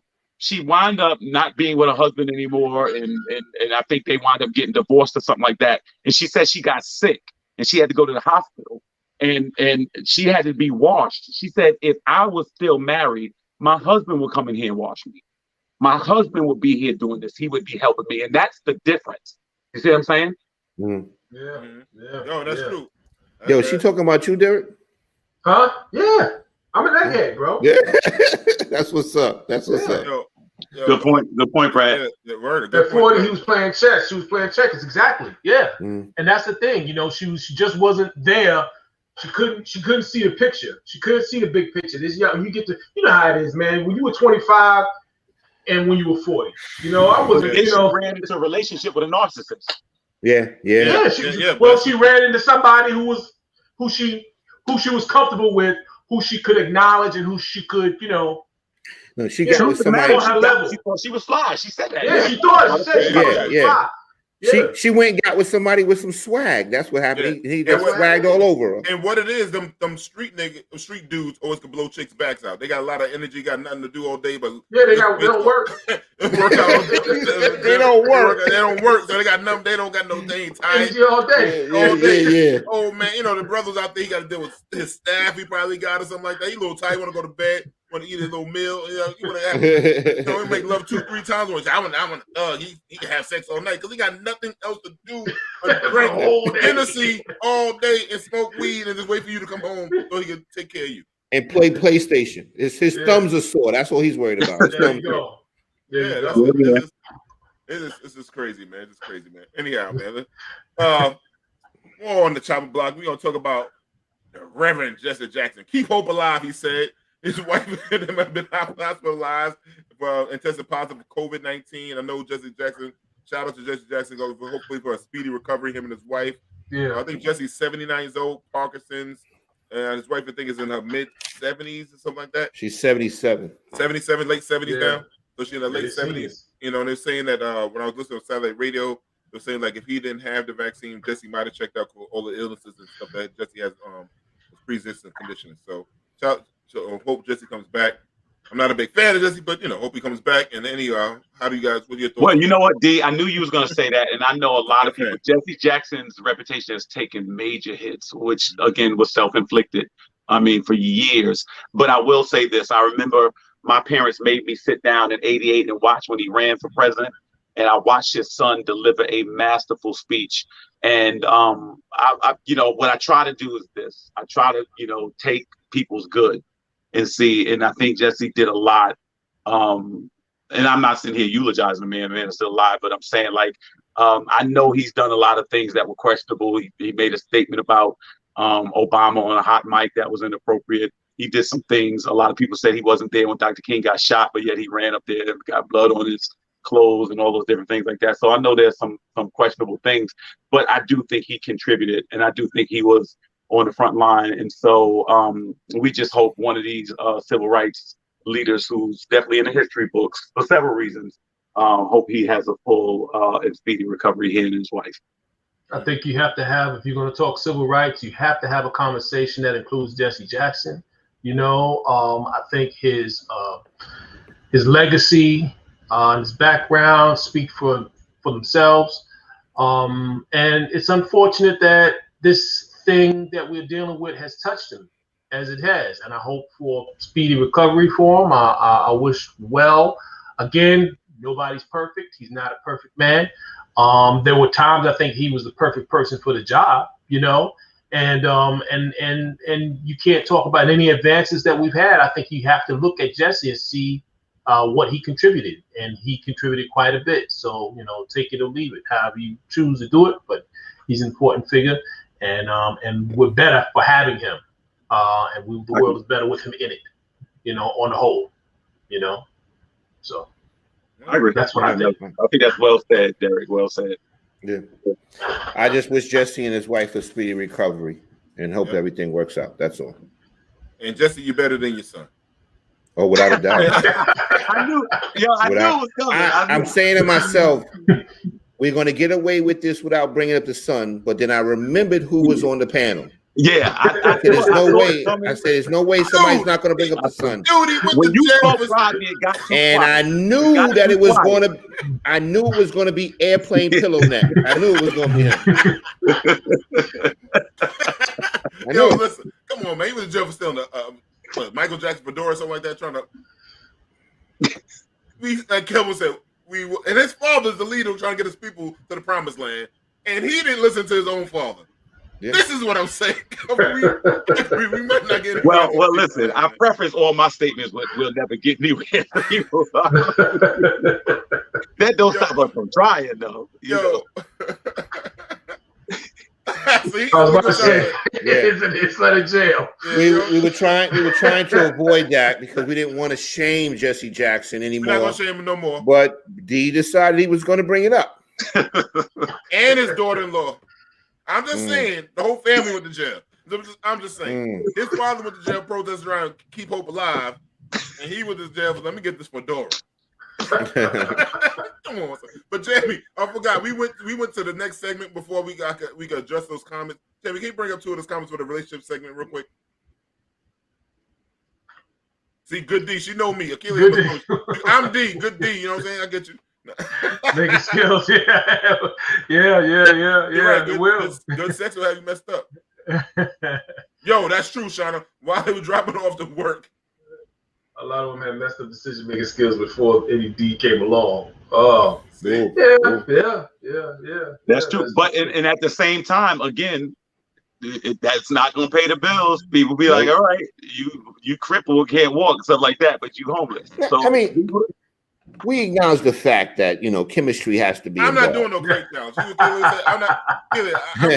I'm a black man. I'm not one of the natives. I'm not going to. She said she got 5 on at the great challenge. Well, we definitely know it's dangerous. Very epic. Well, we're gonna have people over flooding the hospitals as well from the crate challenge. Yeah. You know what I'm saying? It's gonna take over the COVID. It's gonna, So we got the crate challenge, and you got COVID racing into the hospital. Oh man, did you see that mango piece of flesh just kind of another worker's jaw they showed? What happened was a shortage on fireworks. That's all. That's the only reason. They blew up all the fireworks, so now they got something else to do, right? Unbelievable, man. This is insane, man. I saw some where people knocked their teeth out too. So now the dentist is going to make some money in the hood. No, matter of fact, they're not, because some guys don't go to dentist. They got no teeth, bro. They got side teeth missing. There's already a side tooth shortage. So you got the milk crate shortage. You got the side tooth shortage. Chicken wing shortage. All of those. That's right. Yep. 2x4 shortage. 2x4 shortage. Yeah. And I want to know who's in charge of setting this up. Like, who's like, all right, look, we got to organize these crates perfectly, get a crowd of people, probably announce it, and then videotape. I mean, who? Why? But Kelvin, you actually got stupid muscle is strong. Right. You got somebody going around collecting these crates, probably loading up their car, making numerous trips to get these crates so we can do the crate challenge. That was the focus of the day. I got one better for you. You ain't lying about There's that. some community that's going to start selling us the crates. Watch. It's going to be in Walmart soon. Okay. They are selling for $4.99 right now. Here's the thing. It clearly shows damage treatment. Yeah. It clearly shows to soak up your day driving around to get crates. You are clearly unemployed. You're clearly unemployed. No doubt. You have too much time on your hands. But wait till the spinning crates come out. The spinning crates. Get some Piggly Wiggly. Stealing crates from the Piggly Wiggly. Yeah, man. Piggly Wiggly in the South always has mad crates outside. I have no idea why they have so many crates. It's probably a former Piggly Wiggly employee that started this. He stood outside on his smoke break and said, "What can I do with these crates?" Not the smoke break. And said, you know what I'm gonna do? I'm gonna stack them and we're gonna start stepping on them until we break our necks. You know who to blame for this? Who? Streaming. DJs back in the day had to somebody would carry the crate. I know so many crates around. And all the technology. That's what did it. That's what did it. Before I go to the next segment, and Rodney mentioned smoke breaks. Let me ask you something. Should people that's around people that smoke get secondhand smoke breaks? I'm just saying. If I'm around somebody that smoke, can I get the secondhand smoke break? Why did this person that's killing his lungs, but he also messing up my lungs? Can I get that break too? But the smoke break is supposed to be outside. Yeah, but they be smoking sometime inside. You want to go outside, get your regular break, right? Now he's smoking outside when you get your regular air break. Oh, now, so you said you didn't get your regular air, so you need another break. Yeah, I want second air break. I think that's a good idea. I'm saying, and those that smoke, stop smoking right by the door. I mean, it's coming in anyway. But speaking of more wasted type of stuff, raw sewage polluted the black community. Now the residents are fighting back. Anybody with any thoughts on that? Raw sewage. Basically, it's a neighborhood in Illinois, and they're having a backup with their sewage system. And I think one family they interviewed has been dealing with it for like about a year. She hasn't flushed her toilet regularly in about a year. Ooh. So now they're trying to sue. Sue the federal government for this going on. But can you imagine living in your house where your sewage has your house so stink? For months after months after months, you can't flush the toilet. You got the I think she said the bottom of her sink had rotted out. I mean, those are not humane living conditions for somebody to live in, especially in a home. And they were homeowners. This is their house, right? You know what I'm saying? You can't sell it for nothing. Basically you have worthless. Yeah. So that's the situation with that. I think that's crazy that something like that can go on that long, and nobody has come over there and fixed that. It's crazy. But it's a black community. I was going to listen. What happened to over here in was it 2020? I can't remember. 2020 is kind of blurry. I think it's 2019. Not too far from me, a few blocks away.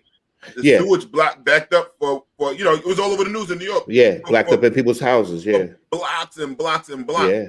And they first in the white people try to blame it on fried chicken grease, right? But that was just bad.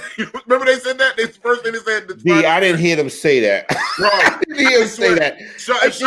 Did they really say that? If Shauna is still on, put it in the chat. Ask Shauna. They try to put it on there. Say it was chicken grease. If Shauna's still in this joint, if Brad is on there, he could probably see the same thing. Try to blame it on chicken. Then we need to sue for $20 million too for decimation of character. You know what I'm saying?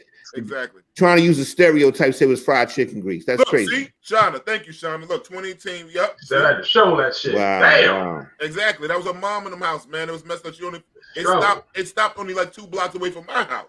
You know, Wow. and that was kind of messed No, up. I remember when it happened. Yeah, but that's bad. That was bad infrastructure and stuff like They that. blamed it on cheese grease. That's Well, I crazy. can't front. I'm If you telling go you, man. I'm telling you, man. They try to blame it outside on one of the Chinese restaurants when they changing that grease, See, look.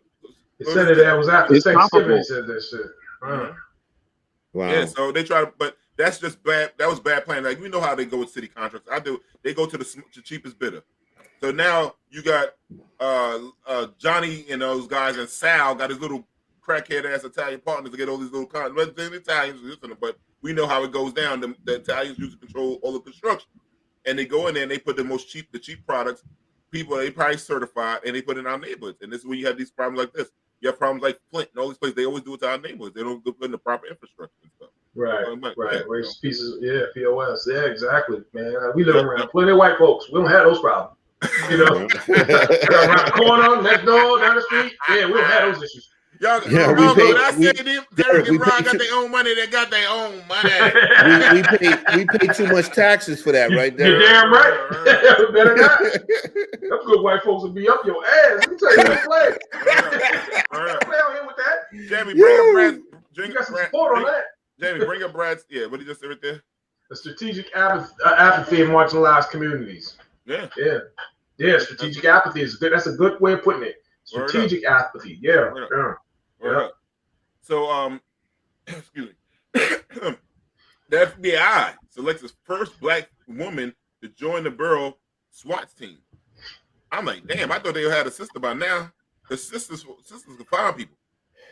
No, it's the SWAT. It's the SWAT team. I know the SWAT team. Yeah, go ahead. You want to talk to me? No. I'm just saying that's more prestigious. I mean, you got to go through a lot of tactical. It's physical. I mean, I'm very proud of the sister that she was able to get through it. I mean, you got to be in really good shape to make that. You know what I'm saying? Yeah, and congratulations. Absolutely, that's congratulations. It is. I think because your tactics got to be right. Like I said, you got to be physically right. You got to be mentally right. I mean, you got to be that person that that shit is hitting the fan and you ain't running away. You running into it. You know what I'm saying? Because they don't teach you to retreat like that. Teach you to take cover, but they don't teach you to retreat. You get in it and you tear it up. That's how they teach you. Right. And just to get in the bureau anyway is a major compliment. Just to that position. Kelvin, just to pass the background check is crazy. Right. They go into your family. You know what I'm saying? They do all that. Yeah. Regardless of sex. They look at credits and all that stuff like that, man. Yeah. What's up, Melvin? How are you, Melvin? Melvin, what up? Hey. What up in South Carolina, Melvin? How you feeling, brother, man? Yeah. Yeah, you gotta be. You say Melvin and can't say Kelvin, Rodney? Because I do it on purpose. I do it on purpose. Hilarious. The thing is, you got to be a different type of breed of person to be able to deal with that. You know what I'm saying? Like, you have to be really tough under pressure. I mean, you got to realize, like, if you're in a situation, somebody's shooting at you, bullets kill, but you still taking it to them. You know what I'm saying? That's a unique individual. So you can only test twice in a lifetime. Is that to be in the FBI? Is that it? You can only test twice in a lifetime? I don't know about that, a requirement. I'm not sure about that. I guess give some more info on that, Tim. Yeah. I know he's a former government person. Yeah. Right there. Yeah, it is a big deal. It is a big deal. Huge big deal, man. Huge big deal for that system, man. But I tell you one thing. What up? Imagine having a data. You know that she's about it. Hell no. Hell no. Yes. He said yes. That's it. I'll say this. After showing the crate challenge, thank God the sister did something that we can be proud of. Yeah. Right. Just bring us up, man. Yeah. I wonder if it helps to have a military background. Then I guess that helps too. Then probably, for that kind of job. I mean, they recruit people from military background. I'm sure they do. Yeah. I'm sure they do. Yeah. 8 guys in the ATL. All right. Yo, he's gonna get lemon pepper wings and ain't fucking with them strippers. I see you out there, Melvin. You're in Magic City, Melvin. Don't try to fool us. Hey, yo, I'm gonna watch a show. You're in a lap dance right now with lemon pepper wings in the VIP boom boom room. Man. Yo, you're gonna get Melvin in trouble, man. Melvin gonna get himself in trouble in the lane. Shit, down to the A. Shit. Melvin, listen, all those women ain't women. Kelvin, check the hands.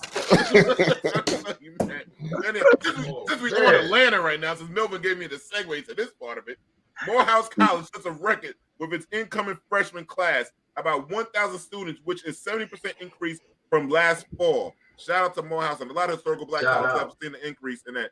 Any thoughts on that, gentlemen? I think it's a great look. The thing is, too, I think we're seeing this because I think that we're seeing that there's certain now professions that we need to go to school for, and we're taking advantage of it. That's what I'm seeing.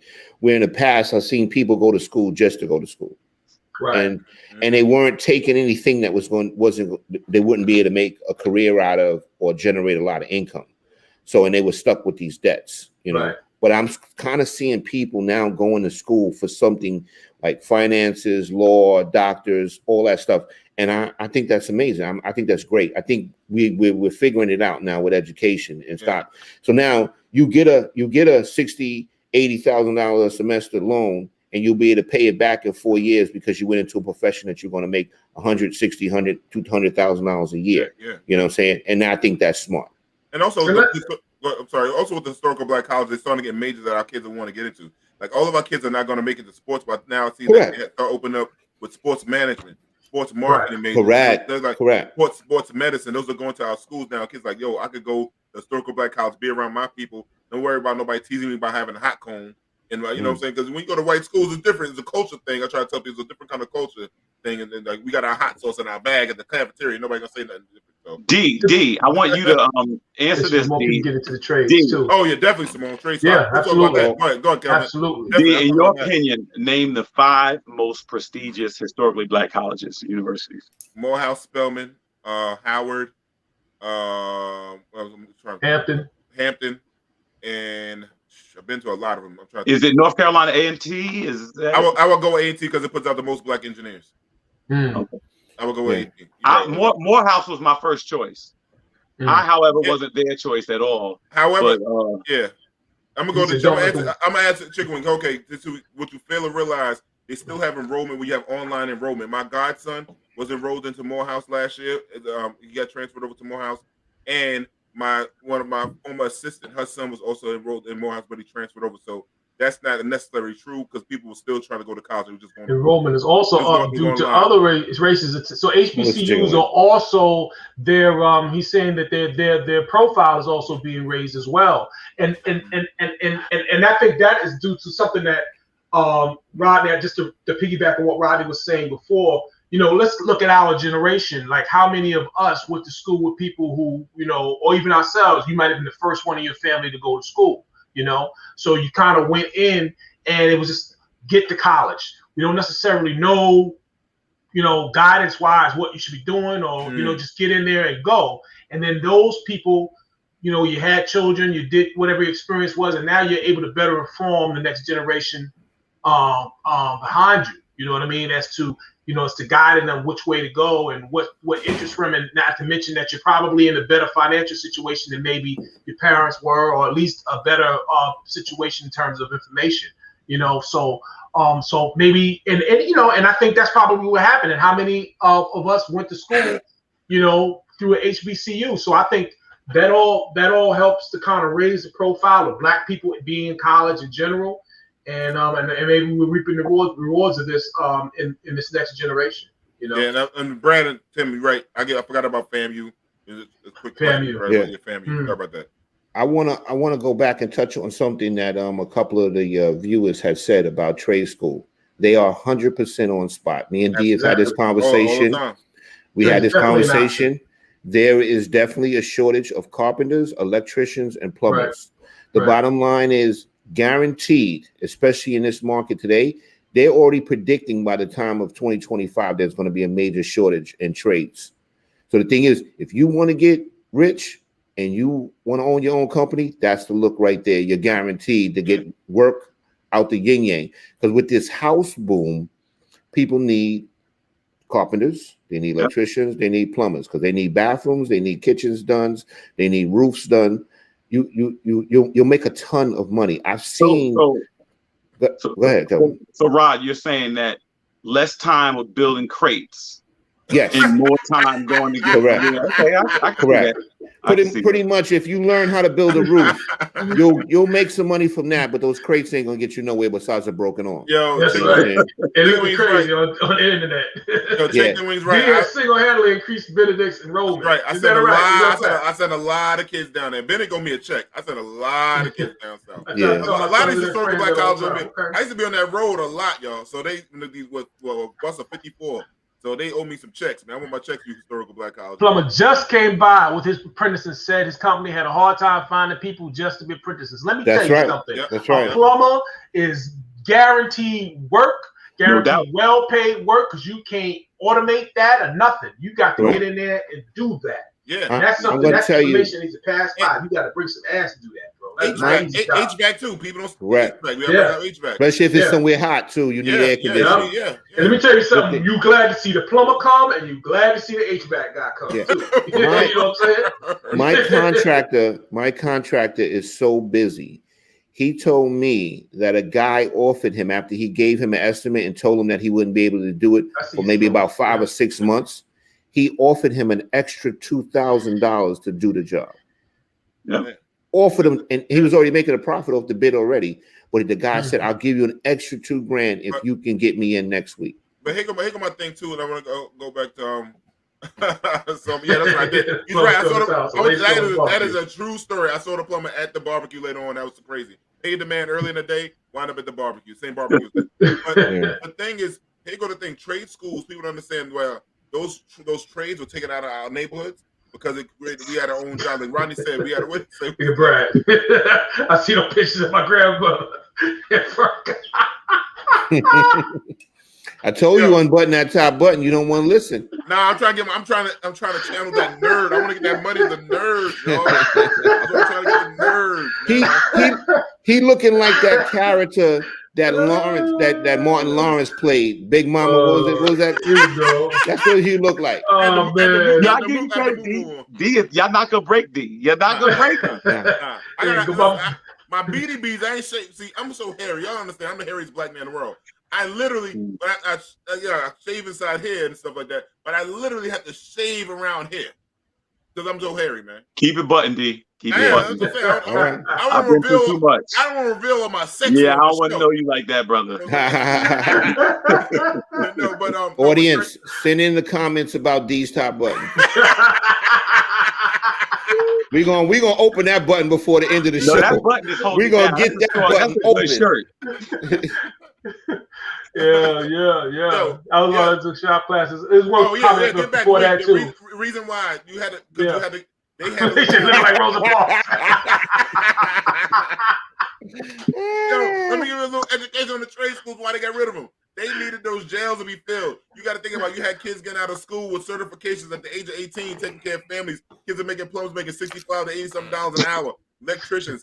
They had to figure out the black community was going to surpass everybody white. But we have trade schools and ownership, like Rodney said. You have your own company. Think about having your own company. 20 years old. You have your own company. You got employees, and you got a skill set that never could be broken. We need y'all are killing my man D. Y'all are killing. I warned him. Top button is claustrophobic, man. They give it to you. To you. Oh. Yeah, no, that is a fact. Yeah, Damien said my man was looking like Teen Wolf. Come on, yo. I am Teen Wolf. He probably uses Neat to shave since he used Secret. Listen, I'm not gonna lie. Women's nair is better than men's nair. Yeah. Oh my God! I think it's sad that you know that. I think it's sad that you know that. Better card is being revoked. Yo, bro, listen, I can't grow hair on my head. That happened because of my divorce. But my beard grows in full, and it's not dyed. There's no dye here, man. My beard grows in full. I shave it down to get all the hair up here in my face, man. But I'm just hairy, man. Sorry, man. Yo, I love y'all, man. Leave me alone, man. We got what time? We still got time. Yeah, man. So I'm gonna button up. I'm gonna keep it buttoned up. I'm a civil rights work. Look, I'm getting the struggle. I'm always fighting the power and shit like that, man.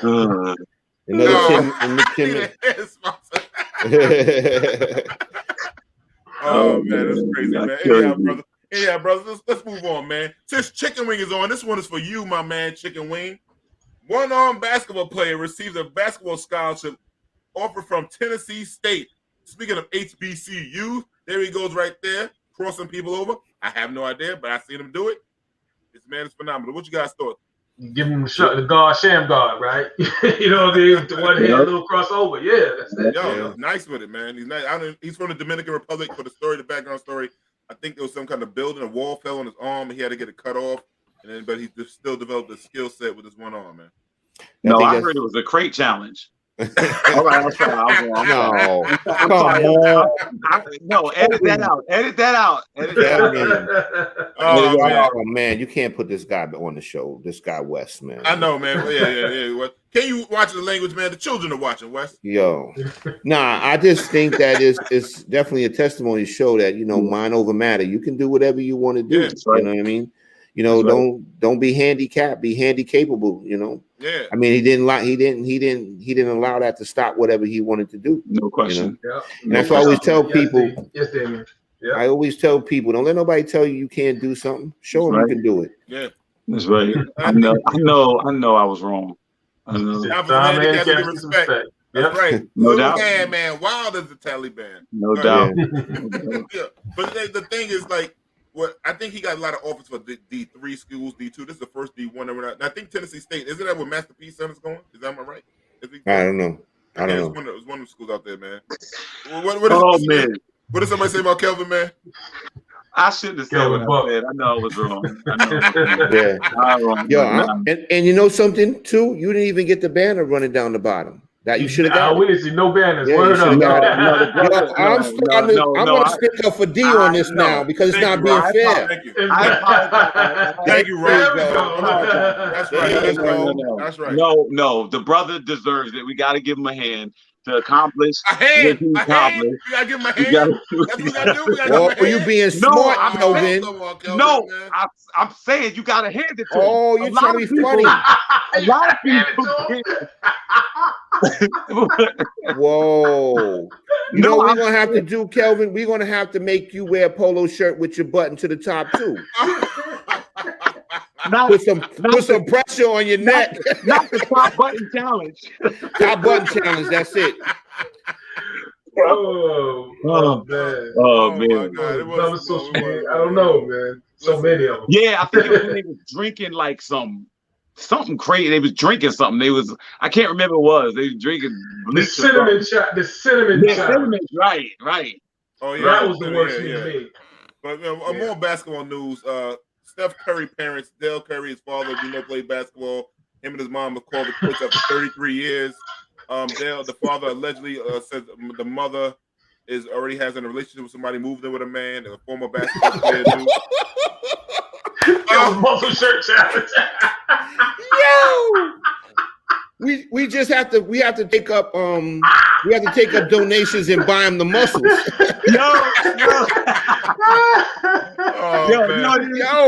I know it. A GoFundMe for Calvin's muscles for his muscle shirt. Yo, I made it all the way to like the end before they got me. Oh man.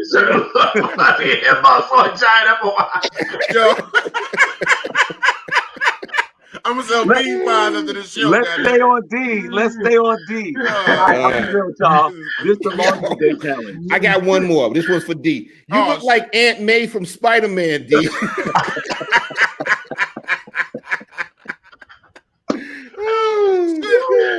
Listen, man, let me get back to this reporting. What do y'all got to say about Dale Curry? I'm going to get a wife name now. They're going to do a divorce after 33 years. He said she already. All right, let me say this. D, I was so disturbed by this, I didn't even want to read it. I really didn't want to read it. I think, the Currys, what they have accomplished and with both their children being NBA stars and the father being an NBA star and the mother being so attractive and always being at the games and supportive, I didn't even want to see it. You don't ever want to see anybody have their marriage break up, man. So I thought it was disturbing. And so what I'm going to do is just say, man, we'll just keep them and their family in prayer. That's the best I can say, because it's very, very, very sad to see that, you know. Man, they were like the basketball's version of the Huxtables, bro. You know what I'm saying? It was like kind of sad to see, you know, or to know about. You know, it's like they just had the perfect family, and it just goes to show you don't know what's going on. It appeared to be perfect. It appeared to be perfect. You know what I mean? It just goes to show you appearances is everything and everything, man. For real. The thing is, like, you know, real quick, like both they say he's alleged she stepped out. We know how NBA players probably get down. They probably both did their dirt.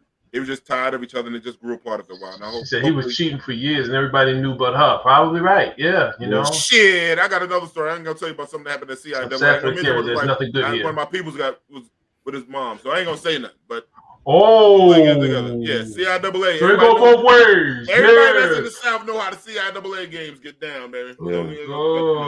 Anyhow, both ways. That's what I'm saying. Listen, it's about now. That's a whole nother subject, because me and Rob talking about we gotta see if they got a prenup. That's another subject. We gonna bring that for another week, but we're gonna see how ugly it really gets. We have to do a segment one day on prenups.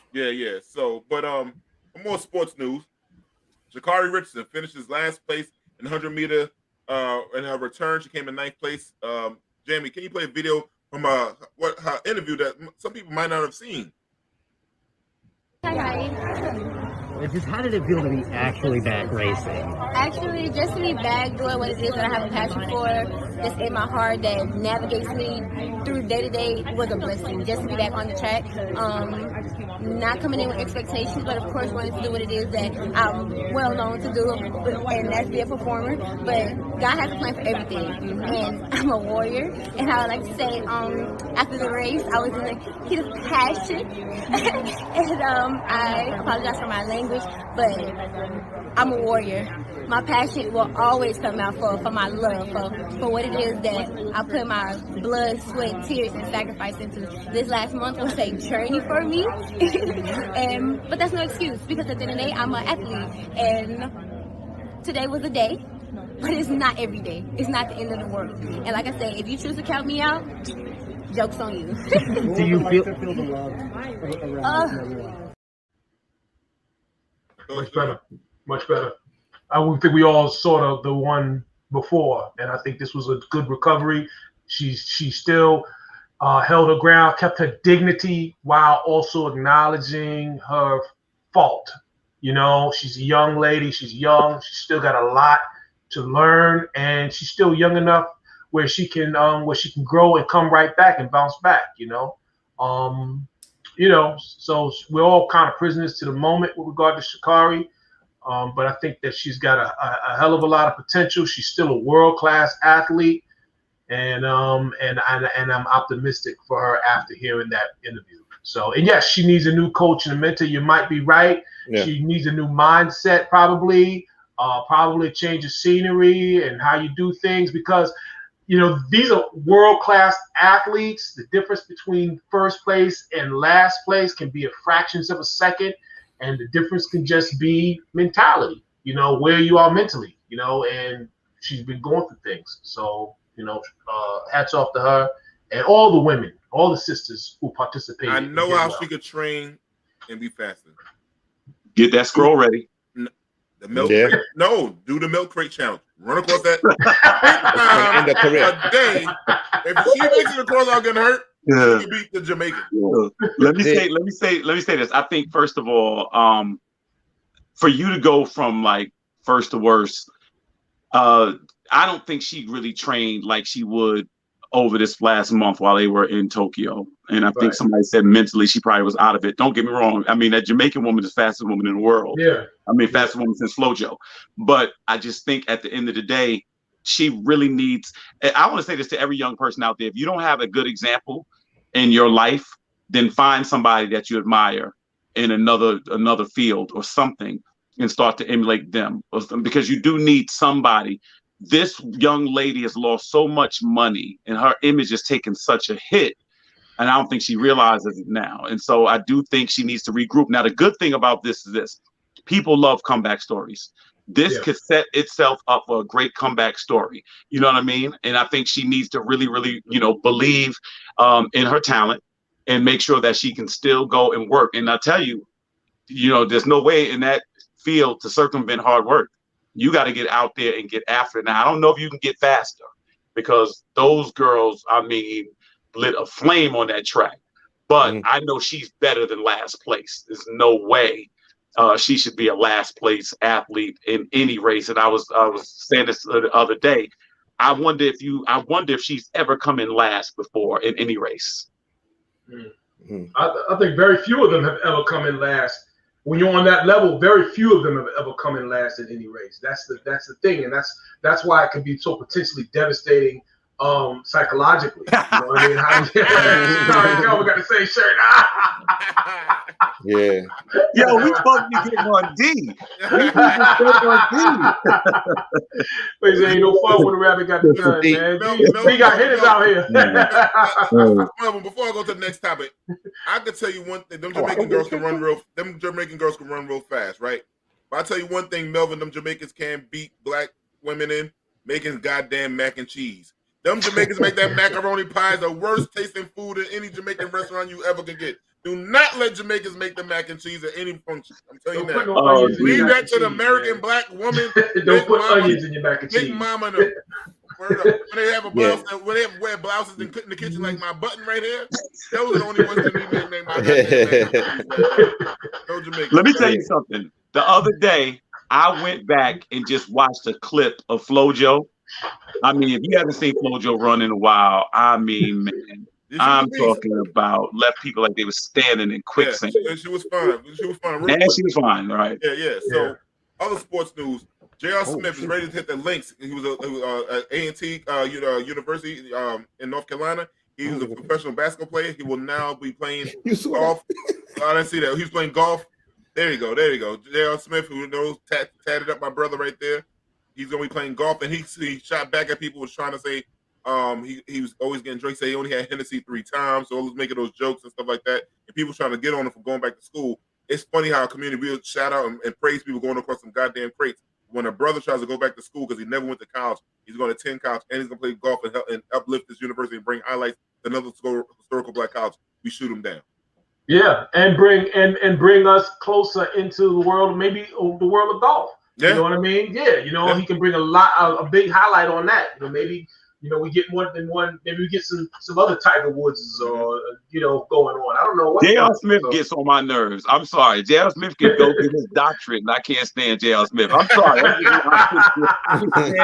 J.R. Smith, you're 50-year-old freshman. I don't care. Regardless, just get it on the real. I think J.R. Smith gets on my nerves. I will say that. I'm a basketball fan, and he just gets on my nerves. But I commend anybody who's trying to better themselves and go forward. Yeah. Even J.R. Smith. J.R. Smith, there's 3 athletes I can't stand all the time, and he tops the list. And Dwight Howard is behind him. But I'm not going to let the enemy use me. I want to stay positive to my brothers. You know what I'm saying? But no, I hope he does well. And Derik, I think with Michael Jordan and Tiger Woods or whatever, we're all right on the golf front.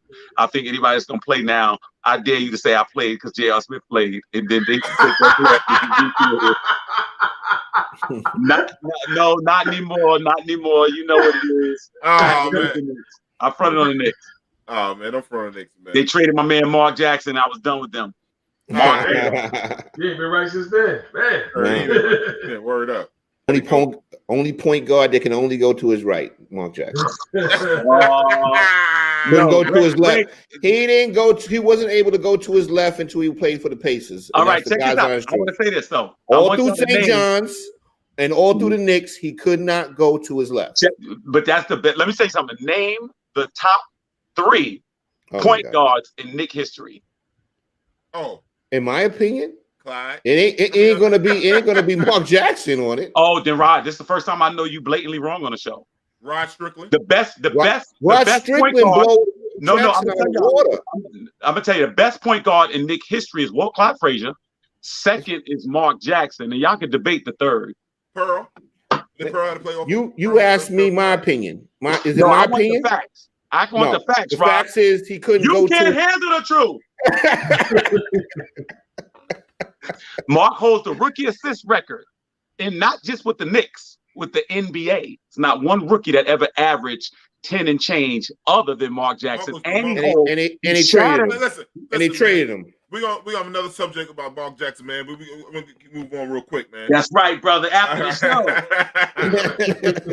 Kanye West leaks the address of Drake $100 million Toronto mansion in a feud over Kim.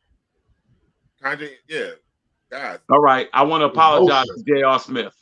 Kanye West get on my nerves. and recently, for those who know, Kanye West just changed his name, put in the paperwork to change his name to Ye. Yeah. So that's his name is YE now. Nothing surprises me that Kanye West. I know, but he says Ye because everybody call him Ye. I thought it was Ye. Put an A on the end. I don't know the be Ye. Your mama name you Kanye. I'm gonna call you Kanye. I wonder what she would say about all this stuff. I'll just say that there was a time when men didn't do stuff like this. That's but that's not man stuff. That's not man stuff. In the house, man. Come on, man. Yeah, that's not man stuff. What's next? Key in the car? Well, or go on a bus out his windows. Yeah. I mean, this is why I never, and anybody know, I never like Kanye. He's like, George Bush don't care about black people. All that kind of, he's always been a punk to me. He's always been but look what he did. And he went up into the Oval Office with Trump, took pictures, and was praising him like God. But cooning. But now you're gonna leak your address of another black man where his child might stay there. Correct. Why would you do something like harm this man? Nobody would harm you and your kids. Well, the thing is, Drake should basically call him out on it. They should basically go somewhere and meet up and then straighten it out. Drake ain't got to do nothing. Oh, Drake just dissed him in a record. Yeah, but you need to see him.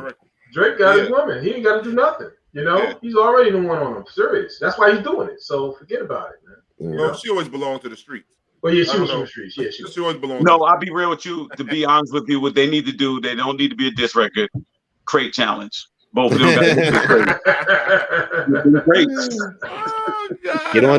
Get to those crates, right? The crates, I'm telling you, the crates gonna make you faster, fight better, everything. Well, what he's probably gonna do, what Kanye will probably do, is he'll take the crates and design a shoe with them and make them a crate shoe. Right. That's what he'll do. And sell the sneakers in the crates. No, the sneakers will be in the crate, but you're gonna wear the crate. Just the whole thing, and make you pay $1,000 for them, and make it be $1,000 for the crate Yeezys. That's what they call them, the crate Yeezys. For $1,500. Yeah, $1,500. The crate Yeezys. Unbelievable. And more entertainment news. Young Thug realtor says 100 acres of land rapper received on his birthday gift will become Slime City. So I think they brought him his manager helped him buy this, told him to buy this. I thought somebody gave it to him. Yeah, I thought his manager did it. I think so. His manager did it.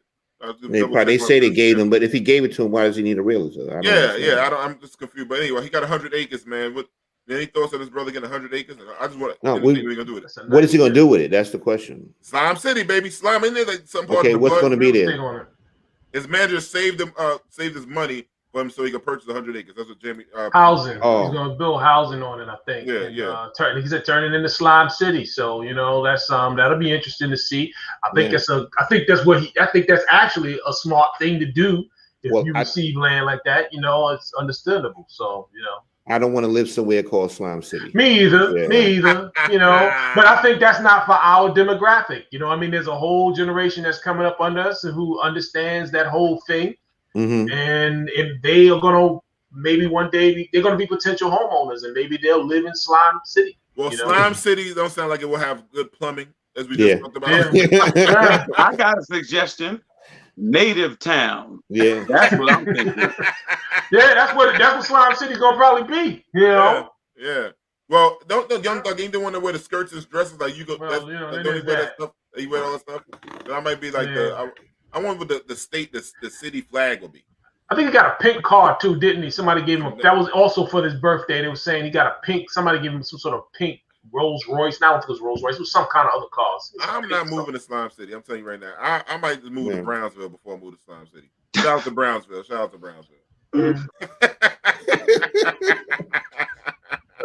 Just joking, man. But I mean, Young Thug, I'm happy the brother got 100 acres. Hope he do well. Hope he if he was smart, he liked to smoke weed. Better grow some marijuana on it. Sell marijuana. Make some money off this damn land, Young Thug. So I don't know, man. This is funny, but anyhow, me and my collar shirt. It's time to go, gentlemen. Everybody go to get your nerd shirt, become a nerd, y'all. I'm telling you right now. Let's start the big nerd challenge. One thing I need is that white collar right here. So I can be a pastor with you, brother. Oh my God. How long before the Slime City gentrified? Right, yeah. And they'll change the name from Slime City to like Lime City. Slim A City. Anyhow, man. Yo, guys, man. Thanks, I love Kelvin. you guys, man. I love everybody watching. The chat was live tonight, man. Shout out to everybody in the chat tonight.